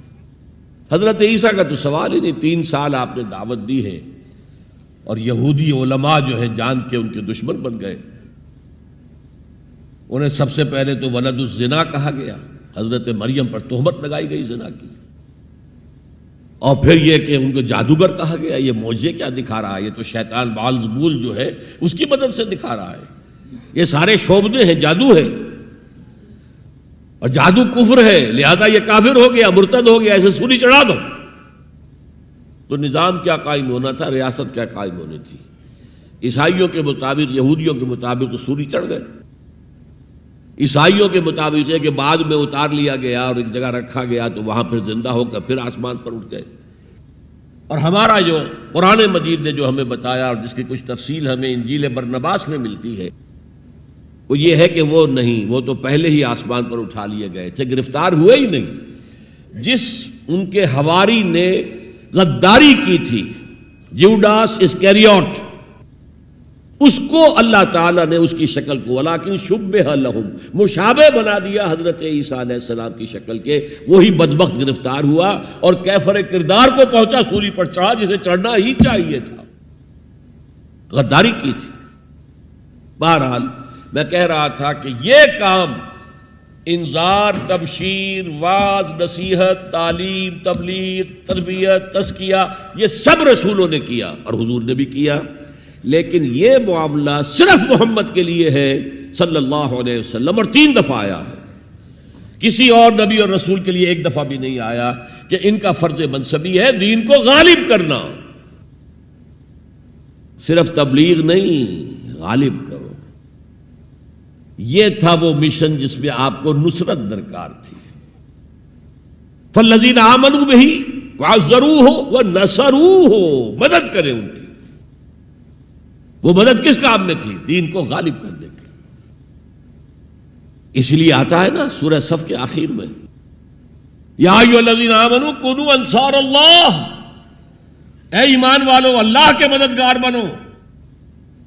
کما قال عیسی ابن مریم للحواریین من انصاری اللہ، جیسے کہ دیکھو 600 برس قبل حضرت مسیح اور حضور کے درمیان 600 برس کا فصل ہے، جیسے کہ 600 برس قبل ہمارے بندے عیسیٰ نے کہا تھا حواریین سے، کون ہے میرے مددگار اللہ کے راستے میں؟ اور حواریین نے کہا تھا نحن انصار اللہ، قال الحواریون نحن انصار اللہ۔ تو یہ اللہ کی مدد اور اللہ کے رسول کی مدد، من انصاری الی اللہ، کون ہے میرا مددگار اللہ کے راستے میں؟ یہ ہے تیسری بات، یعنی کون ہے وہ لوگ جو اصل میں متبع محمد ہیں صلی اللہ علیہ وسلم۔ الذین یتبعون رسول النبی الامی، ان کی شان کیا ہوگی؟ فالذین آمنوا بہ وعزروہ ونصروہ۔ اور چوتھی بات واتبعوا النور الذی انزل معہ، اور جو پیروی کریں گے، وہی اتباع کا لفظ چلا آ رہا ہے، اتباع اتباع اتباع، وہ اتباع کریں گے اس نور کا جو ان کے ساتھ نازل کیا جائے گا، یعنی یہ قرآن حکیم۔ فَأُولَئِكَ هُمُ الْمُفْلِحُونَ، تو وہ ہوں گے مددگار، وہ ہوں گے کامیاب ہونے والے، مفلحون میں سے ہوں گے۔ اللہم ربنا اجعلنا منہم، اللہ تعالی ہمیں ان میں شامل کرے۔ اب تھوڑا سا خاکہ میں آپ کے سامنے رکھنا چاہتا ہوں، حضور نے یہ کام کیسے کیا جو کسی اور نبی سے نہیں ہو سکا؟ صرف ایک نبی سے، ایک رسول سے ہوا۔ نظام قائم کرنا، حکومت اللہ کی قائم کر دینا۔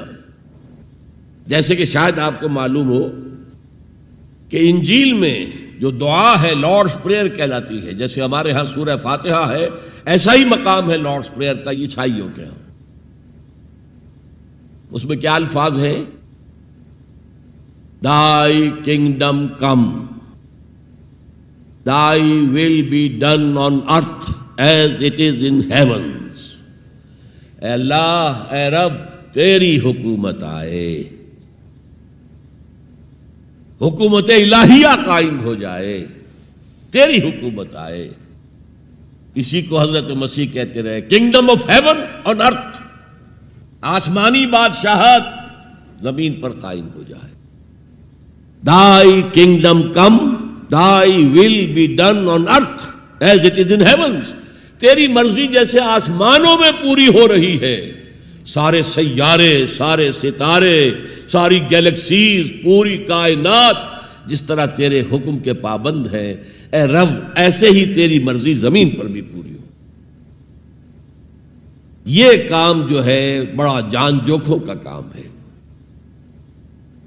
تبلیغ میں، تعلیم میں محنت ہوتی ہے، مشقت ہوتی ہے، وقت لگتا ہے، اس میں کوئی شک نہیں، لیکن محض تبلیغ، محض تعلیم، محض تربیت، محض تزکیہ، یہ محمد رسول اللہ کا طریقہ نہیں ہے۔ برا نہ مانیے، میری بات پر غور کیجیے گا۔ محمد رسول اللہ کا طریقہ کیا تھا؟ دعوت دو قرآن کے ذریعے، انذار کرو قرآن کے ذریعے، بشارت دو قرآن کے ذریعے۔ فَإِنَّمَا يَسَّرْنَاهُ بِلِسَانِكَ لِتُبَشِّرَ بِهِ الْمُتَّقِينَ وَتُنذِرَ بِهِ قَوْمًا لُدًّا۔ اے نبی، ہم نے اس قرآن کو آپ کی زبان میں آسان کر دیا ہے۔ وَلَقَدْ يَسَّرْنَا الْقُرْآنَ لِلذِّكْرِ فَهَلْ مِن مُدَّكِرٍ، 4 دفعہ آیا ہے سورہ قمر میں۔ ہم نے قرآن کو نصیحت اخذ کرنے کے لیے بہت آسان کر دیا ہے، تو ہے کوئی جو نصیحت کا طالب ہو؟ دعوت ہو، تذکیر ہو، فذکر بالقرآن من یخاف وعید، پہلا کام حضور کا یہ تھا، قرآن کے ذریعے سے لوگوں کو اللہ کی طرف بلانا۔ یہ دعوت، تبلیغ کسے کہتے ہیں؟ To reach out to someone, to convey to him some message, یہ تبلیغ ہے، اور اس کو کھینچ کر لے آنا اللہ کے راستے کی طرف، یہ دعوت ہے۔ ومن احسن قولا ممن دعا الی اللہ وعمل صالحا وقال اننی من المسلمین، اس شخص سے اچھی بات کس کی ہوگی جو اللہ کی طرف بلائے اور اچھے عمل کرتا ہو۔ یہ نہ ہو کہ وہ دوسروں کو تو نصیحت اور خود میاں فضیحت، یہ نہیں، اور کہے کہ میں بھی عام مسلمان ہوں، میں تم پر کوئی فوقیت کا دعویٰ نہیں کر رہا، میں کوئی آسمان سے نہیں اترا ہوں، میں بھی عام مسلمانوں میں سے ہوں، اننی من المسلمین۔ تو قرآن کے ذریعے تذکیر، قرآن کے ذریعے نصیحت۔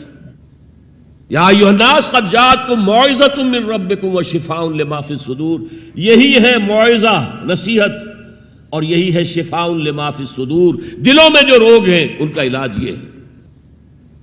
وہدی ورحمۃ للمؤمنین، تو حضور کا طریقہ پہلا کیا تھا؟ قرآن کو عام کرو، جہاں آپ گئے قرآن سنایا۔ آپ کے کوئی خطبات ہمیں نہیں ملتے۔ جمعے کے خطبوں میں کیا کرتے تھے؟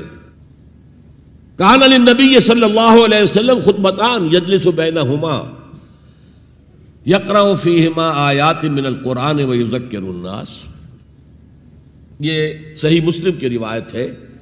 حضور کے 2 خطبے ہوتے تھے، آپ درمیان میں تھوڑی دیر کے لیے بیٹھتے بھی تھے جیسے ہم بیٹھتے ہیں۔ اور یہ کس لیے تھا؟ شاید آپ نے کبھی غور نہ کیا ہو۔ یہ اس لیے نہیں تھا کہ حضور کو کوئی تکان ہو جاتی تھی، آپ کے خطبے بہت مختصر ہوتے تھے، لمبے خطبے کی ضرورت کیا؟ جو سامنے بیٹھے ہیں عربی ان کی زبان ہے، قرآن عربی میں نازل ہوا ہے، حضور کے قلب سے زبان مبارک سے ادا ہو رہا ہے، دلوں کے اندر جا کے اتر رہا ہے، لمبی بات کی ضرورت کیا تھی؟ بہت مختصر خطبے ہوتے تھے، لیکن پھر بھی بیٹھتے تھے۔ کیوں بیٹھتے تھے؟ یہ علامت تھی اس بات کی کہ یہ خطبہ جو ہے یہ ظہر کی 2 رکعتوں کا قائم مقام ہے۔ ظہر کی 4 رکعتیں فرض اور جمعے میں رہ گئی 2، بقیہ 2 کے قائم مقام یہ 2 خطبے ہیں۔ لیکن خطبوں میں کرتے کیا تھے؟ یقرأ آیات من القرآن، قرآن کی آیات پڑھ کے لوگوں کو سناتے تھے، وَيُذَكِّرُ النَّاسَ، اور اسی کے حوالے سے نصیحت کرتے تھے، بس۔ اللہ اللہ خیر سنا۔ خطبہ نکاح ہے حضور کا، 4 آیتیں اس میں ہیں صرف. ایک سورہ آل عمران کی آیت ہے، ایک سورہ نساء کی آیت ہے، 2 سورہ احزاب کی آیات ہیں. آپ نے اپنی طرف سے کوئی وعظ کہا ہی نہیں اس میں. تو تبلیغ، تعلیم، تذکیر، انذار، تبشیر سب قرآن کے ذریعے سے. پہلا کام یہ ہے، پھیلاؤ اس کو.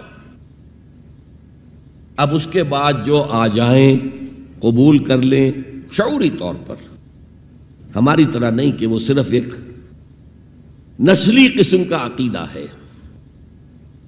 ظاہر بات ہے اس وقت جو مان رہے تھے وہ تو دل یقین کے ساتھ مان رہے تھے نا. انہیں پتا تھا ہمیں گھر باہر چھوڑنے پڑیں گے، ہماری بیوی ہم سے علیحدہ ہو جائے گی، والدین ہمیں گھروں سے نکال دیں گے، اور مارے پڑیں گی نوجوانوں پر اور غلاموں کے اوپر تو جو بے پناہ سختیاں ہوئی ہیں.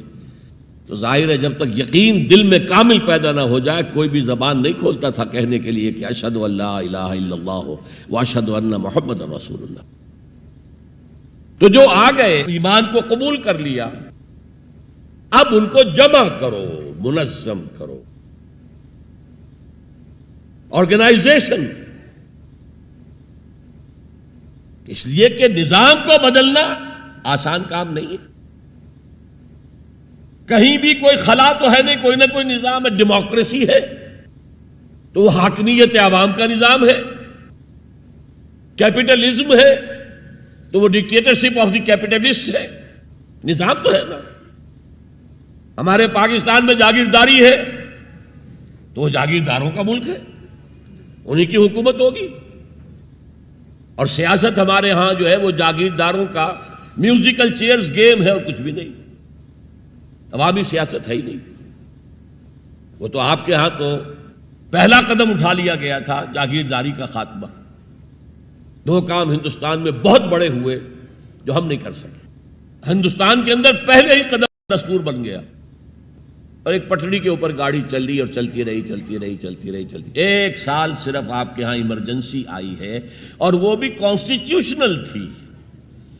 کانسٹیٹیوشن کو ایبروگیٹ کر کے کوئی ڈکٹیٹر نہیں آیا تھا. ایک یہ بڑا کام تھا.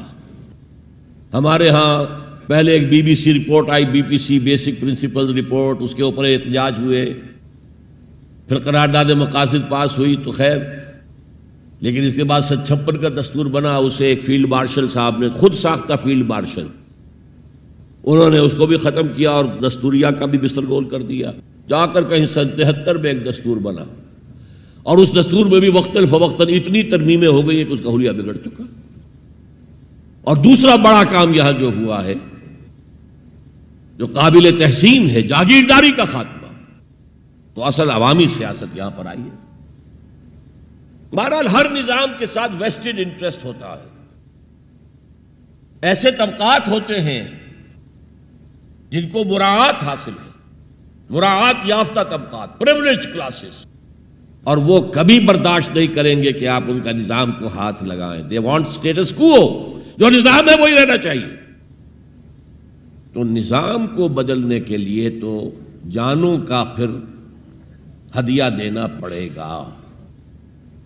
لہذا منظم جماعت بناؤ، موب نہ ہو، ہجوم نہ ہو. منظم جماعت، اور وہ کیسی؟ سمع و اطاعت، لسن اینڈ اوبے، جو آرمی کا جو اصول ہے. اگر فوج میں کوئی شخص جسے حکم دے رہا ہو، سپیریئر اس کا، وہ پوچھے جناب یہ حکم مجھے کیوں دے رہے ہیں، کیا مصلحت ہے، پہلے سمجھائیے پھر میں عمل کروں گا، تو کیا وہ فوج کہلائے گی؟ بڑی پیاری نظر تھی، میٹرک کے زمانے میں پڑھی تھی انگریزی کی، کہ کسی جنگ میں 600 سواروں کا ایک دستہ تھا اور ان کو حکم دے دیا گیا چارج، آگے بڑھو، حملہ کرو. اور انہیں معلوم تھا کہ داہنے ہاتھ بھی توپیں لگی ہوئی ہیں، بائیں ہاتھ بھی توپیں ہیں، سامنے بھی توپیں ہیں، آگ اگل رہی ہیں. Cannons to left of them, cannons to right of them, cannons in front of them, volleyed and thundered. لہذا سب نے یہ سمجھا someone has blundered. کسی نے بڑی غلطی کی ہے یہ حکم دے کر، جو کمانڈر ہے بڑی خطا ہوئی. لیکن There's not to reason why. یہ why کا سوال کرنے کا تو ان کا مقام ہی نہیں ہے. There's but to do and die. جو حکم ملا کرو, مرتے ہو تو مرو. Therefore, into the valley of death rode the 600. 600 کے 600 موت کی وادی میں اتر گئے. تو جب تک ایسی جماعت نہیں ہوگی نظام نہیں بدلا جا سکتا. بولشویکس اینڈ بولشویکس رشیا میں منظم جس طرح تھے, اگر وہ نہ ہوتے تو زار کی حکومت کا تختہ الٹا جا سکتا تھا. بات اٹ پاسبل. سب سے بڑی کنگڈم تھی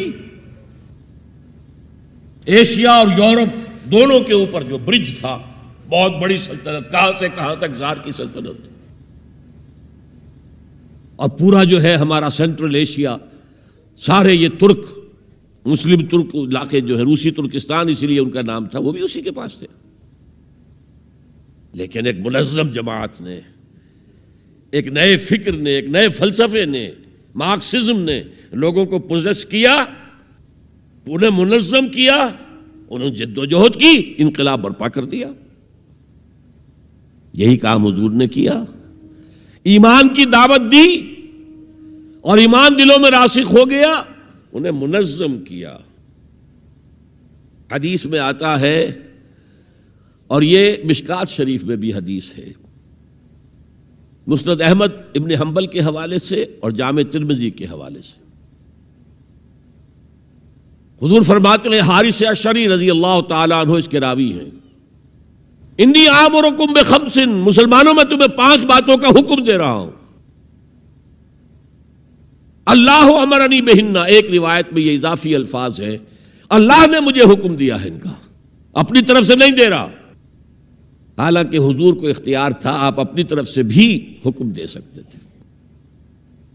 وہ 5 باتیں کیا ہیں؟ بالجماعت والسمع والطاعت والہجرت والجہاد فی سبیل اللہ. کتنا بڑا مجمع اس وقت یہاں ہے. کیا میں پوچھ سکتا ہوں کتنے لوگوں نے یہ حدیث سنی ہے آج سے پہلے؟ ذرا ہاتھ اٹھائیں. کیا وجہ؟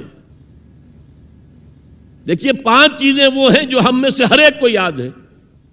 حدیث یاد ہونا ہو, اس کا ایسنس تو یاد ہے. بنی الاسلام علی 5, شہادت لا الہ الا اللہ وان محمد رسول اللہ, واقام الصلاۃ وایتاء الزکوٰۃ وصوم رمضان وحج البیت من استطاع الیہ سبیلا. کس کو نہیں معلوم 5 ارکان اسلام؟ اور کس نے فرمایا؟ یہ حضور نے. اور یہ کلام خبریہ ہے, بنی الاسلام علی 5. اس میں امر کا انداز نہیں ہے, خبر ہے. اسلام کی تعبیر 5 بنیادوں پر ہے. یہ حدیث ہمیں یاد ہے.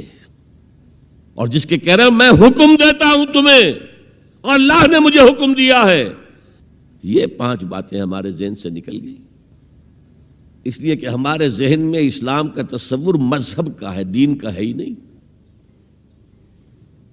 ہم وہی سمجھتے ہیں کہ نماز, ایک تو یہ کہ ہمارے عقائد ٹھیک ہوں, نماز روزہ حج زکوٰۃ کا تقاضا ہو, اور کچھ جو ہمارے سوشل کسٹمز ہیں, عیدیں منائیں, جمعہ پڑھے, قربانیاں دیا کریں عید الاضحیٰ میں, بچے کا عقیقہ کریں, مردے کو دفنائیں کفنائیں, شادی ہو تو ایجاب و قبول کرائیں, پھیرے نہیں ڈلوائیں گے.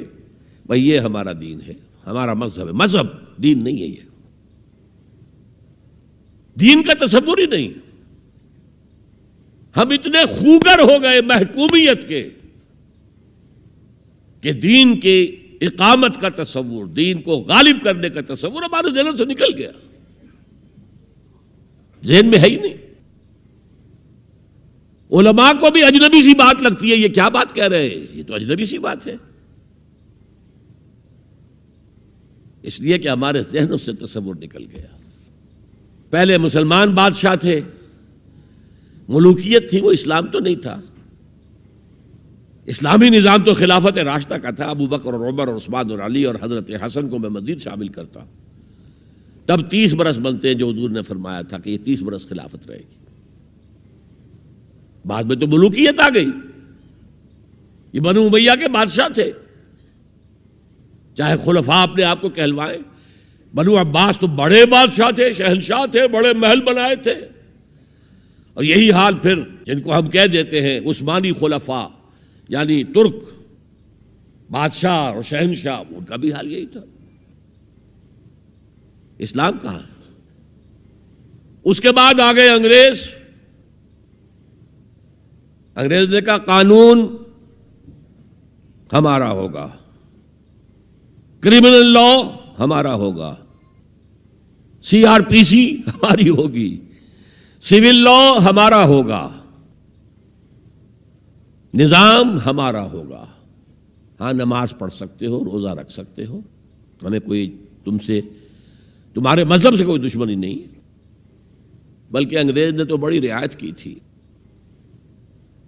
اس نے کہا تھا تم اپنے فیملی لاز بھی اپنی مرضی سے جیسے چاہو طے کرو۔ آج مسلمان ممالک میں سے بھی اکثر نے اپنے فیملی لاز چھوڑ کر یورپ کے فیملی لاز اختیار کر لیے، اور پہلی مرتبہ یہ کام کیا تھا ترک نے، اور یورپ کے اخبارات نے پھر تنزیہ لکھا تھا کہ یہ عجیب قوم ہے، کہتی ہے کہ بہترین قانون ہمارے پاس ہے، اور حال یہ ہے کہ فیملی لاز بھی ہم سے مانگ رہے ہیں، رومن لاز سے اخذ کر رہے ہیں فیملی لاز اپنے۔ یہ ان کا حال ہے، کہتے ہیں بہترین قانون ہمارے پاس۔ تو انگریز کے آنے کے بعد اب ہمارا علماء کا قال اللہ و قال رسول یا مدرسہ چلا لیں۔ بہرحال انہوں نے بڑی خدمتیں کی ہیں، اگر یہ نہ ہوتا تو شاید ہمارے ہاں مساجدیں آباد ہی نہ ہوتی۔ کم سے کم علماء نے وہ پوزیشنیں جو ہیں وہ پر کی ہیں، ایک ڈھانچہ جو ہے وہ برقرار رکھا ہے، اس میں کوئی شک نہیں، ان کی خدمات ہے۔ لیکن انگریز نے تو جو بھی تھا صرف اتنی آزادی دی تھی، اسی کو ہم ذہناً ریکنسائل کر چکے ہیں، بس اسلام یہی ہے نہیں۔ اور آج میں آپ کو بتا دوں، امریکہ اور انگلینڈ خاص طور پر، اور بقیہ عیسائی مملکتیں بھی بالعموم، اسلام کے خلاف جو جنگ جاری کر رہے ہیں، اور تیزی کے ساتھ یہ بڑھے گی، اس کا بھی معاملہ یہ ہے کہ مذہب کی حیثیت سے اسلام کے خلاف ان کی کوئی جنگ نہیں۔ جب بش کہتا ہے کہ ہم تو اسلام کے خلاف نہیں، صحیح کہتا ہے، سچ کہتا ہے۔ وہ یہ کہہ سکتے ہیں you have come here, you have purchased churches and synagogues and converted into mosques, did we object? تم یہاں آئے، تم نے چرچ خرید کے مسجد بنا لی، سینیگوگ یہودیوں کا خریدا اور مسجد بنا لی، ہم نے کبھی روکا تمہیں؟ تم نمازیں پڑھتے ہو، ہم نے روکا؟ روزے رکھتے ہو، ہم نے روکا؟ بلکہ رمضان میں وائٹ ہاؤس میں ایک افطاری بھی دے دیتے ہیں تمہیں، سیریمونیل۔ تمہاری عید ہے، بقرہ عید ہے، ہم کو کومیموریٹو سٹیمپس جاری کر دیتے ہیں، یہ عید کا جو ہے ڈاک کا ٹکٹ ہے اور یہ بقرہ عید کا ہے۔ تو مذہب سے تو ہمیں کوئی اعتراض نہیں، لیکن اسلام کا سیاسی، معاشی اور سماجی نظام nothing doing, we will not bear it، نظام ہمارا ہوگا۔ اور سمجھ لیجئے یہ تاریخ نے پورا سرکل، ایک گھیرا پورا کر لیا ہے۔ وہ جو مولانا حالی نے کہا تھا، اے خاصہ خاصان رسول وقت دعا ہے، امت پہ تیری آ کے عجب وقت پڑا ہے، وہ دین جو بڑی شان سے نکلا تھا وطن سے، پردیس میں وہ آج غریب الغرباء ہے۔ کس شان سے نکلا تھا اسلام، اور آج بالکل ریورس ہو گیا معاملہ۔ اسلام نے یہ کہا تھا اسلام لے آؤ، ہمارے برابر کے بھائی ہو جاؤ گے۔ ہم یہ بھی نہیں کہیں گے ہم پرانے مسلمان ہیں، سینئر مسلمان ہیں، ہمارے حقوق زیادہ ہیں، تم نیو کمرز ہو، نو مسلم ہو، تمہارے حقوق نہیں، بالکل برابر۔ یہ نہیں تو اسلام کی بالادستی قبول کرو، چھوٹے ہو کر رہو، ہاتھ سے جزیہ پیش کرو، یؤتوا الجزیۃ عن ید وہم صاغرون، پھر تم یہودی رہو مذہب کے طور پر، نظام ہمارا ہوگا، دین حق کا، وہ غالب ہم نے کرنا ہے۔ محمد الرسول اللہ بھیجے گئے دین کو غالب کرنے کے لیے۔ ہمارے اندر طاقت نہ ہو تو کیا کریں، مجبور ہیں، لیکن طاقت ہو اور پھر دین کو غالب نہ کریں تو ہم تو غدار ہیں اللہ کے۔ لہذا کیا کہتے تھے، ایمان لے آؤ برابر کے ہو جاؤ گے، نہیں تو رہو تم عیسائی رہو، یہودی رہو، مجوسی رہو۔ ابھی شروع میں ان تین سے ہی معاملہ تھا نا، لیکن اسلام کی بالادستی، نظام ہمارا ہوگا، باقی تم نیچے رہو، اور اگر یہ بھی منظور نہیں تو آؤ تلوار ہمارے اور تمہارے درمیان فیصلہ کرے گی۔ یہی بات تھی کہ نہیں؟ آج وہی بش کہہ رہا ہے نظام ہمارا ہوگا، اس نظام کے نیچے تم رہو، مسلمان رہو، ہندو رہو، عیسائی رہو، کچھ رہو۔ یہ بالکل برعکس کیفیت ہو گئی ہے اس کی۔ تو آج کا مسلمان جو ہے ان چیزوں سے اس لیے ذہناً غافل ہے کہ حضور کی اتنی تاکیدی حدیث انی آمرکم بخمس اللہ امرنی بہن بالجماعت والسمع والطاعت والہجرت والجہاد فی سبیل اللہ، کبھی ممبر سے نہ سنائی گئی نہ کبھی سنی گئی، اس لیے کہ یہ اس عمل کا نام ہے جو دین کو قائم کرنے کے لیے ہوتا ہے۔ چوتھا کام فرمایا گیا واتبعوا النور الذی انزل معہ، وہی لفظ اتباع چل رہا ہے۔ یہ ساری میری گفتگو کا مرکزی لفظ اتباع ہے، یاد ہے میں نے کیا کہا تھا؟ اللہ کی اطاعت کلی اور محبت شدید مل کر کیا چیز بنے گی؟ عبادت۔ رسول کی اطاعت کلی اور شدید محبت مل کر کیا بنیں گی؟ اتباع۔ اور اتباع کا درجہ کیا ہے؟ قل ان کنتم تحبون اللہ فاتبعونی یحببکم اللہ، اے نبی ان سے کہہ دیجئے اگر تم اللہ سے محبت کرتے ہو تو میرا اتباع کرو، میری پیروی کرو، میرے نقش قدم پر چلو۔ اب آپ سوچئے اگر ہم کاروبار کر رہے ہیں، فرض کیجئے کوئی شخص 100% دیانتداری سے کام کر رہا ہے، کوئی شخص سود کے اندر براہ راست ملوث نہیں ہے، وہ نماز پڑھتا ہے، روزہ رکھتا ہے، لیکن یہ اتباع نہیں کر رہا جو حضور نے جو کام کیا تھا کہ غلط نظام، طاغوتی نظام کو جڑ سے اکھاڑ کر پھینکا جائے اور اللہ کا دیا ہوا دین حق قائم کیا جائے، تو اتباع میں کیا حصہ ہے اس کا؟ کوئی نہیں۔ ایک سوال آپ سے کرتا ہوں، حضور نے وحی کے آغاز کے بعد کوئی کاروبار کیا؟ جی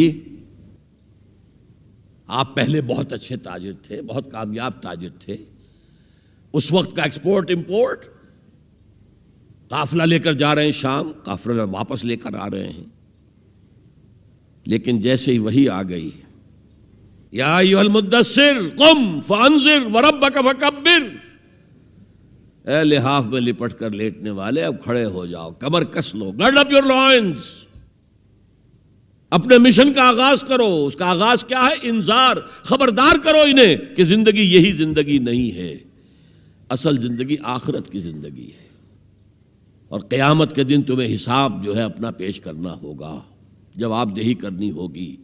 You will have to face the grand accountability of the day of judgment۔ یہ انذار سے بات شروع کرو، وَرَبَّكَ فَكَبِّرْ، اور جو ہدف ہے مقصود کیا؟ اللہ کو بڑا کرو، یعنی اس کی بڑائی نافذ کرو۔ پارلیمنٹ میں بھی اس کا حرف آخری ہو، لِتَكُونَ كَلِمَةُ اللَّهِ هِيَ الْعُلْيَا، تاکہ اللہ کا کلمہ سب سے اونچا ہو جائے۔ یہ نہیں کہ صاحب ہمارے تو 60% لوگوں نے یہ رائے دے دی ہے، بس اب ہم نہیں جانتے کہ قرآن میں کیا ہے یا کسی اور آسمانی ہدایت میں کیا ہے، تورات میں کیا ہے، انجیل میں کیا، ہم نہیں جانتے۔ اگر ہم اس کے خلاف جد و جہد نہیں کرتے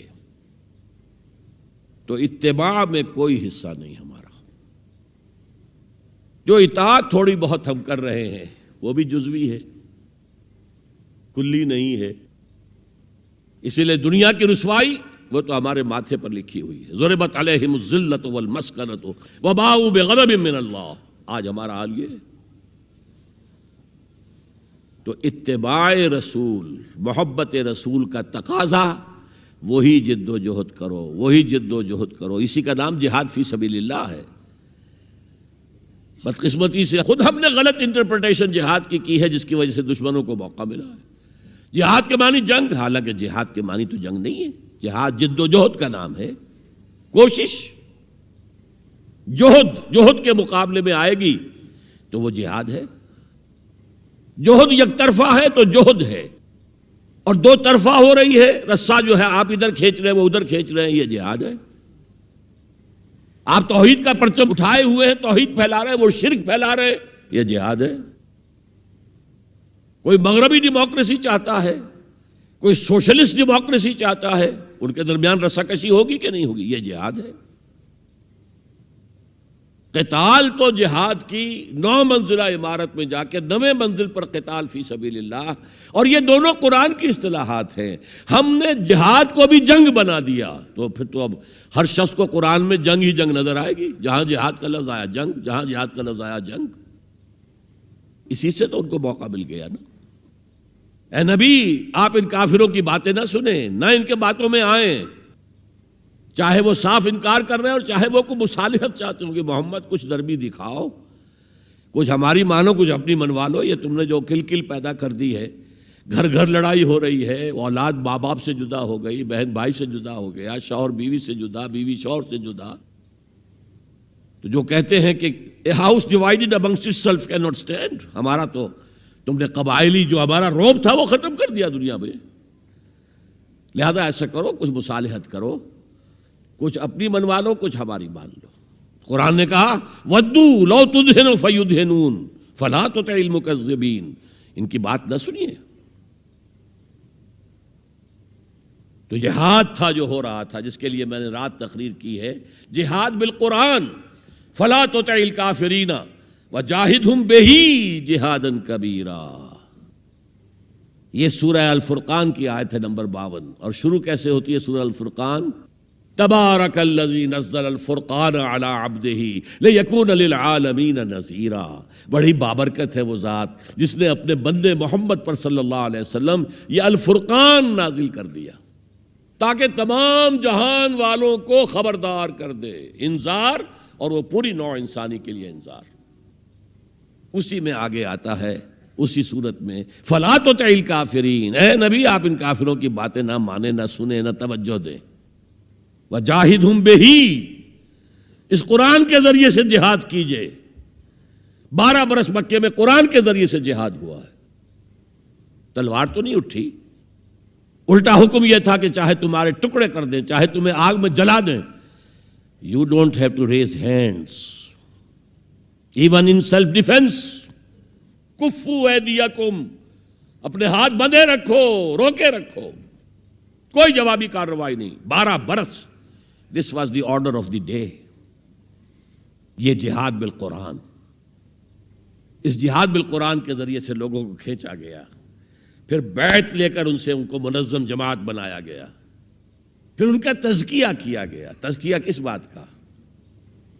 دل میں کوئی ولولہ، کوئی امنگ، کوئی حوصلہ، کوئی طلب، کوئی مقصود نہ رہ جائے سوائے اللہ کی رضا کے حصول کے اور آخرت کی فلاح کے حصول کے۔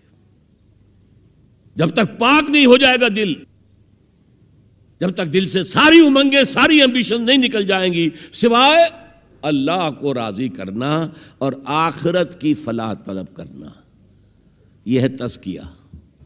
یتلو علیہم آیاتہ ویزکیہم ویعلمہم الکتاب والحکمہ۔ اگر اس نقش قدم پر آپ نہیں چل رہے تو حضور کے ساتھ محبت کا دعویٰ باطل ہے۔ آپ مسلمان ہیں، ٹھیک ہے، آپ مانتے ہیں انہیں اللہ کا رسول، اور آپ درود بھی بھیج دیتے ہیں، نماز میں بھی درود ابراہیمی ہے، سب کچھ ہے، لیکن یہ ہے کہ اتباع رسول، محبت رسول کے بغیر نہیں۔ اور محبت رسول سے جو اتباع رسول وجود میں آتا ہے وہ ہے من انصاری اللہ۔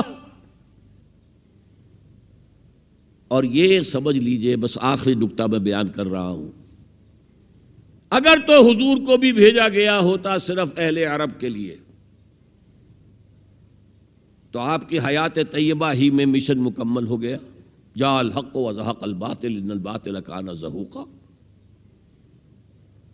اذا جاء نصر اللہ والفتح ورأیت الناس يدخلون فی دین اللہ افواجا، کام مکمل ہو گیا۔ لیکن حضور کو تو بھیجا گیا ہے پوری نوع انسانی کے لیے۔ وما ارسلناک الا کافۃ للناس بشیرا ونذیرا، اے نبی ہم نے آپ کو نہیں بھیجا ہے مگر تمام انسانوں کے لیے بشیر اور نذیر بنا کر۔ کیا نتیجہ نکلا؟ جب تک پوری دنیا میں اللہ کا دین اسی طرح غالب نہ ہو جیسے حضور کے دست مبارک سے جزیرہ نمائے عرب میں ہو گیا تھا، اس وقت تک ہنوز حضور کا مشن تکمیل کو نہیں پہنچا۔ یہ بات میں نے 5ویں جماعت میں پڑھی تھی۔ علامہ اقبال کی نظم شکوہ جواب شکوہ میں نے پڑھی، بانگ درا مجھے میرے بڑے بھائی صاحب نے بھیج دی تھی۔ ایک شعر تو وہ ہے بانگ درا کا جو میرے تحت الشعور میں کہیں چپک گیا تھا اور میری پوری زندگی کو اس نے ایک رخ پر ڈھالا ہے۔ وہ زمانے میں معزز تھے مسلمان ہو کر، اور تم خوار ہوئے تاریک قرآن ہو کر۔ دیکھیے یہ بات صرف اقبال نے نہیں کہی، وہ داڑھی مڈا تھا، عالم تو نہیں تھا۔ یہی بات کہی 14ویں صدی کے مجدد اعظم شیخ الہند مولانا محمود حسن اسیر مالٹا نے۔ 4 سال کی اسیری کے بعد جب رہائی پا کر آئے تھے 1920 میں، اور رہائی کیوں ملی تھی کہ ٹی بی 3rd سٹیج کو پہنچ گئی تھی۔ انگریز ڈرتا تھا کہ اگر ہماری اسیری ہی کے اندر کہیں انتقال ہو گیا تو کہیں طوفان اٹھ جائے گا، لہذا چھوڑ دیا۔ دیوبند میں ایک جلسہ منعقد ہوا اور وقت کے سارے بڑے بڑے علماء موجود، اشرف علی تھانوی صاحب موجود، شبیر احمد عثمانی صاحب موجود، مولانا حسین احمد مدنی موجود، ہمارے جو پاکستان میں مفتی محمد شفیع صاحب موجود، اور انہوں نے یہ واقعہ لکھا ہے اپنی کتاب میں وحدت امت میں کہ شیخ الہند نے کہا کہ ہم نے تو اپنی 4 سالہ دور اسیری میں جتنا ہی غور کیا ہے، ہمیں اپنے زوال کے 2 اسباب نظر آئے ہیں۔ ایک ہمارا قرآن کو ترک کر دینا، یہ لفظ ہے اس کے اندر، نوٹ کیجئے۔ حالانکہ علماء نے قرآن کو ترک کیا ہے، لیکن اگر آپ نے کہا نہیں تو یہ صحیح نہیں ہے، کیا ہے۔ ان کا سارا زور فقہ پر ہے، حدیث پر ہے، زیادہ زور قرآن پر نہیں ہے۔ صحیح بات ہے۔ کہنے والا کون ہے؟ شیخ الہند۔ ایک ہمارا قرآن کو ترک کر دینا اور دوسرا آپس کے اختلافات۔ اور مفتی شفیع صاحب نے اس کے اوپر پھر یہ گرہ لگائی کہ حضرت شیخ نے جو 2 باتیں کہی تھی حقیقت میں ایک ہی ہیں، ہمارے اختلافات بھی اسی لیے کہ ہم نے قرآن کو ترک کر دیا ہے۔ تو یہ ہے ایک شعر جو میرے ذہن میں چپک گیا تھا۔ پھر قرآن سے اللہ نے جو ایک مناسبت دی، ذہنی قلبی، اللہ کا شکر ہے، اللہ کا فضل ہے۔ دوسرا شعر وہ ہے کہ وقت فرصت ہے کہاں، کام ابھی باقی ہے، نور توحید کا اتمام ابھی باقی ہے۔ پورے کرہ ارضی جب تک کہ توحید سے جلوگر نہ ہو جائے اور اسلام کا ڈنکا نہ بج جائے، اس وقت تک حضور کا مشن مکمل نہیں ہے۔ حضور حوالے کر کے گئے تھے امت کے۔ خطبہ حجۃ الوداع میں آپ نے سوال کیا الا هل بلغت، اور 1.25 لاکھ کے مجمع نے جواب دیا انا نشهد انک قد بلغت الرسالۃ وادیت الامانۃ ونصحت الامۃ وکشفت الغمۃ۔ ہاں حضور ہم گواہ ہیں، آپ نے حق رسالت ادا کر دیا، حق امانت ادا کر دیا، مسلمانوں کی خیر خواہی کا حق ادا کر دیا، امت کی خیر خواہی کا، اور گمراہی کے پردے چاک کر دیے۔ 3 دفعہ حضور نے سوال کیا، 3 دفعہ جواب لے کر پھر آسمان کی طرف نگاہ اٹھائی اور انگشت شہادت سے اشارہ کیا، اور پھر لوگوں کی طرف اللہم اشہد اللہم اشہد اللہم اشہد، اے اللہ تو بھی گواہ رہے، یہ مان رہے ہیں کہ میں نے پہنچا دیا۔ اسے میں کہا کرتا ہوں سائی آف ریلیف۔ کندھوں پر ایک بہت بڑا بھاری بوجھ آ گیا تھا، بہت بڑی امانت تھی قرآن، اس کے پہنچانے پر کیا کیا تکلیفیں اٹھائی ہیں۔ پاگل کہے گئے، مجنون کہے گئے، شاعر کہے گئے، ساحر کہے گئے، مسحور کہے گئے، کیا نہیں کہا گیا۔ اور پھر جو مارے کھائی ہیں، جو 3 سال کی شیب بنی ہاشم کے اندر اسیری تھی، جس میں کھانے پینے کی چیزیں گھاٹی میں داخل نہیں ہو سکتی تھی۔ ہماری جیلوں میں تو آپ کو کھانا تو ملتا ہے، وہاں تو کچھ نہیں تھا۔ پھر طائف کا پتھراؤ یاد کیجئے، پھر مکے سے نکلنا اور 3 دن رات ایک غار میں چھپے رہنا، پھر مدینے کے اندر آپ کو معلوم ہے غزوہ بدر آ رہی ہے، اس میں 70 اگر کافر مارے گئے تو غزوہ احد میں 70 صحابہ شہید ہو گئے، جن میں حضرت حمزہ بھی ہیں۔ 3 رشتے ہیں حضرت حمزہ سے حضور کے، چچا بھتیجا، سب کو بس یہی معلوم ہے، چچا بھتیجا، خالہ زاد بھائی، دودھ شریک بھائی، اور عربوں میں دودھ شریک بھائی حقیقی بھائی کے طور پر ہوتا تھا۔ اور ان کی لاش سامنے آئی ہے کہ ناک کاٹ لی گئی ہے، کان کاٹ لیے گئے ہیں، اور پیٹ چاک کر کے کلیجہ چبایا گیا ہے۔ یہ سارے بوجھ اٹھا کر اگر وہ حق تبلیغ ادا ہو گیا، اے اللہ یہ مان رہے ہیں، تو بھی گواہ رہے، اور پھر کیا کہا؟ فَلْيُبَلِّغِ الشَّاهِدُ الْغَائِبَ، اب جو یہاں موجود ہیں ان کا فرض ہے کہ ان کو پہنچائیں جو یہاں نہیں ہیں، اور یہ ابد الآباد تک کے لیے، قیامت تک کے لیے ہے۔ انا آخر المرسلین وانتم آخر الامم، میں آخری رسول ہوں، تم آخری امت ہو، اور تمہیں نکالا گیا دنیا والوں کے لیے۔ دنیا کی دوسری قومیں اپنے لیے جیتی ہیں، اپنی عظمت، اپنا بول بالا، اپنے مفادات، اپنی مصلحتیں، اور تمہیں دنیا والوں کے لیے جینا ہے۔ ہم تو جیتے ہیں کہ دنیا میں تیرا نام رہے، کہیں ممکن ہے کہ ساقی نہ رہے جام رہے۔ یہ جام ہدایت کون گردش میں لائے گا اگر ساقی نہ ہو؟ ساقی امت مسلمہ ہے۔ یہ دوسری بات ہے کہ امت بھول گئی، خود ہی نہیں پڑھا، پڑھائیں گے کیا؟ خود ہی نہیں سمجھا، سمجھائیں گے کیا؟ بہرحال وقت فرصت ہے، کہاں کام ابھی باقی ہے، اور اس کی صحیح حدیثیں موجود ہیں کہ دنیا میں دوبارہ نظام خلافت علی منہاج النبوہ آئے گا، اور اب جب آئے گا گلوبل ہوگا۔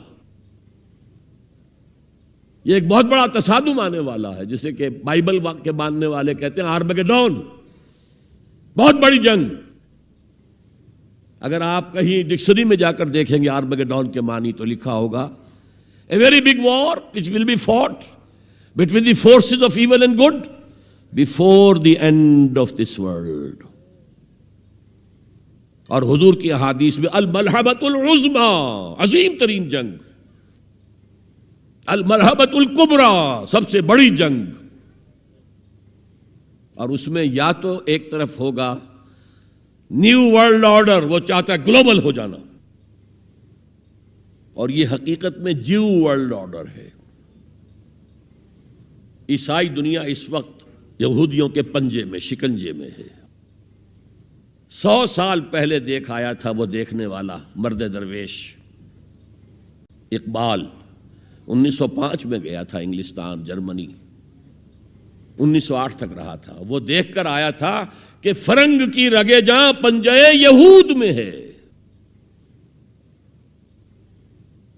آپ کو معلوم ہے جو ریئیکشن ہوا ہے بعد میں، جو کچھ ہٹلر نے کیا یہودیوں کے ساتھ، کہتے ہیں 60 لاکھ ہمارے مارے ہیں۔ کیوں؟ کہ انہیں احساس ہو گیا تھا انہوں نے اپنے شکنجے میں ہمیں کس لیا ہے، لہذا اس نے انتقام لیا ہے۔ بہرحال اب جو بھی ٹکراؤ ہونے والا وہ 2 نظاموں کا ہوگا، جسے ہنٹنگٹن نے کہا ہے کلیش آف سیویلائزیشنز، تہذیبوں کا تصادم آئے گا، اور اس میں دوسری تہذیب ہماری یا ہمارا نظام اس وقت دنیا میں کہیں نہیں ہے، لیکن دشمن کو معلوم ہے۔ ابلیس کی مجلس شورا میں علامہ اقبال نے ابلیس کی ترجمانی کرتے ہوئے کہا ہے اگر کوئی خطر مجھ کو تو اس امت سے ہے۔ ابلیس کہہ رہا ہے۔ پہلے اس میں آتا ہے، ایک مشیر نے کہا جی جمہوریت کا دنیا میں بول بالا ہو رہا ہے، ہماری ابلیسی نظام تو ختم ہو جائے گا۔ اس نے کہا نہیں، ہم نے خود پہنایا ہے شاہی کو جمہوری لباس، ذرا آدم ہوا ہے خود شناس و خود نگر۔ تم نے کیا دیکھا نہیں مغرب کا جمہوری نظام، چہرہ روشن اندروں چنگیز سے تاریک تر۔ It's the dictatorship of the capitalist۔ دوسرے نے کہا، مشیر نے، اجی وہ ایک اور مصیبت کھڑی ہو گئی ہے، وہ کارل مارکس نے کیا کر دیا ہے، میرے آقا یہ جہاں زیر و زبر ہونے کو ہے، ہمارا ابلیسی نظام تو ختم ہو جائے گا۔ اس نے اس کو بھی رد کر دیا۔ کب ڈرا سکتے ہیں مجھ کو اشتراکی کوچہ گرد، یہ پریشان روزگار آشفتہ مغز آشفتہ ہو، کچھ نہیں کر سکتے۔ ہے اگر کوئی خطر مجھ کو تو اس امت سے ہے، جس کی خاکستر میں ہے اب تک شرار آرزو۔ انگارے کے اوپر آ گئی ہے راکھ، اندر دہکتی ہوئی آگ ہے، جس کی خاکستر میں ہے اب تک شرارے آرزو، خال خال اس قوم میں اب تک نظر آتے ہیں وہ، کرتے ہیں اشک سحر گاہی سے جو ظالم وضو۔ لیکن پھر کہتا ہے وہی ابلیس، جانتا ہوں میں یہ امت حامل قرآن نہیں۔ دیکھیے کت قدر صحیح عکاسی کر رہے ہیں۔ مجدد وقت بھی کہہ رہا ہے ہم نے قرآن کو ترک کر دیا، اور مفکر امت کہہ رہا ہے کہ ہم نے قرآن کو ترک کر دیا، اور تم خار ہوئے تارک قرآن ہو کر۔ دونوں کی رائے متفق گردید رائے بو علی بارائے من، دونوں کی رائے مل گئی۔ بہرحال ابلیس کہتا ہے جانتا ہوں میں یہ امت حامل قرآن نہیں، ہے وہی سرمایہ داری بندے مومن کا دین۔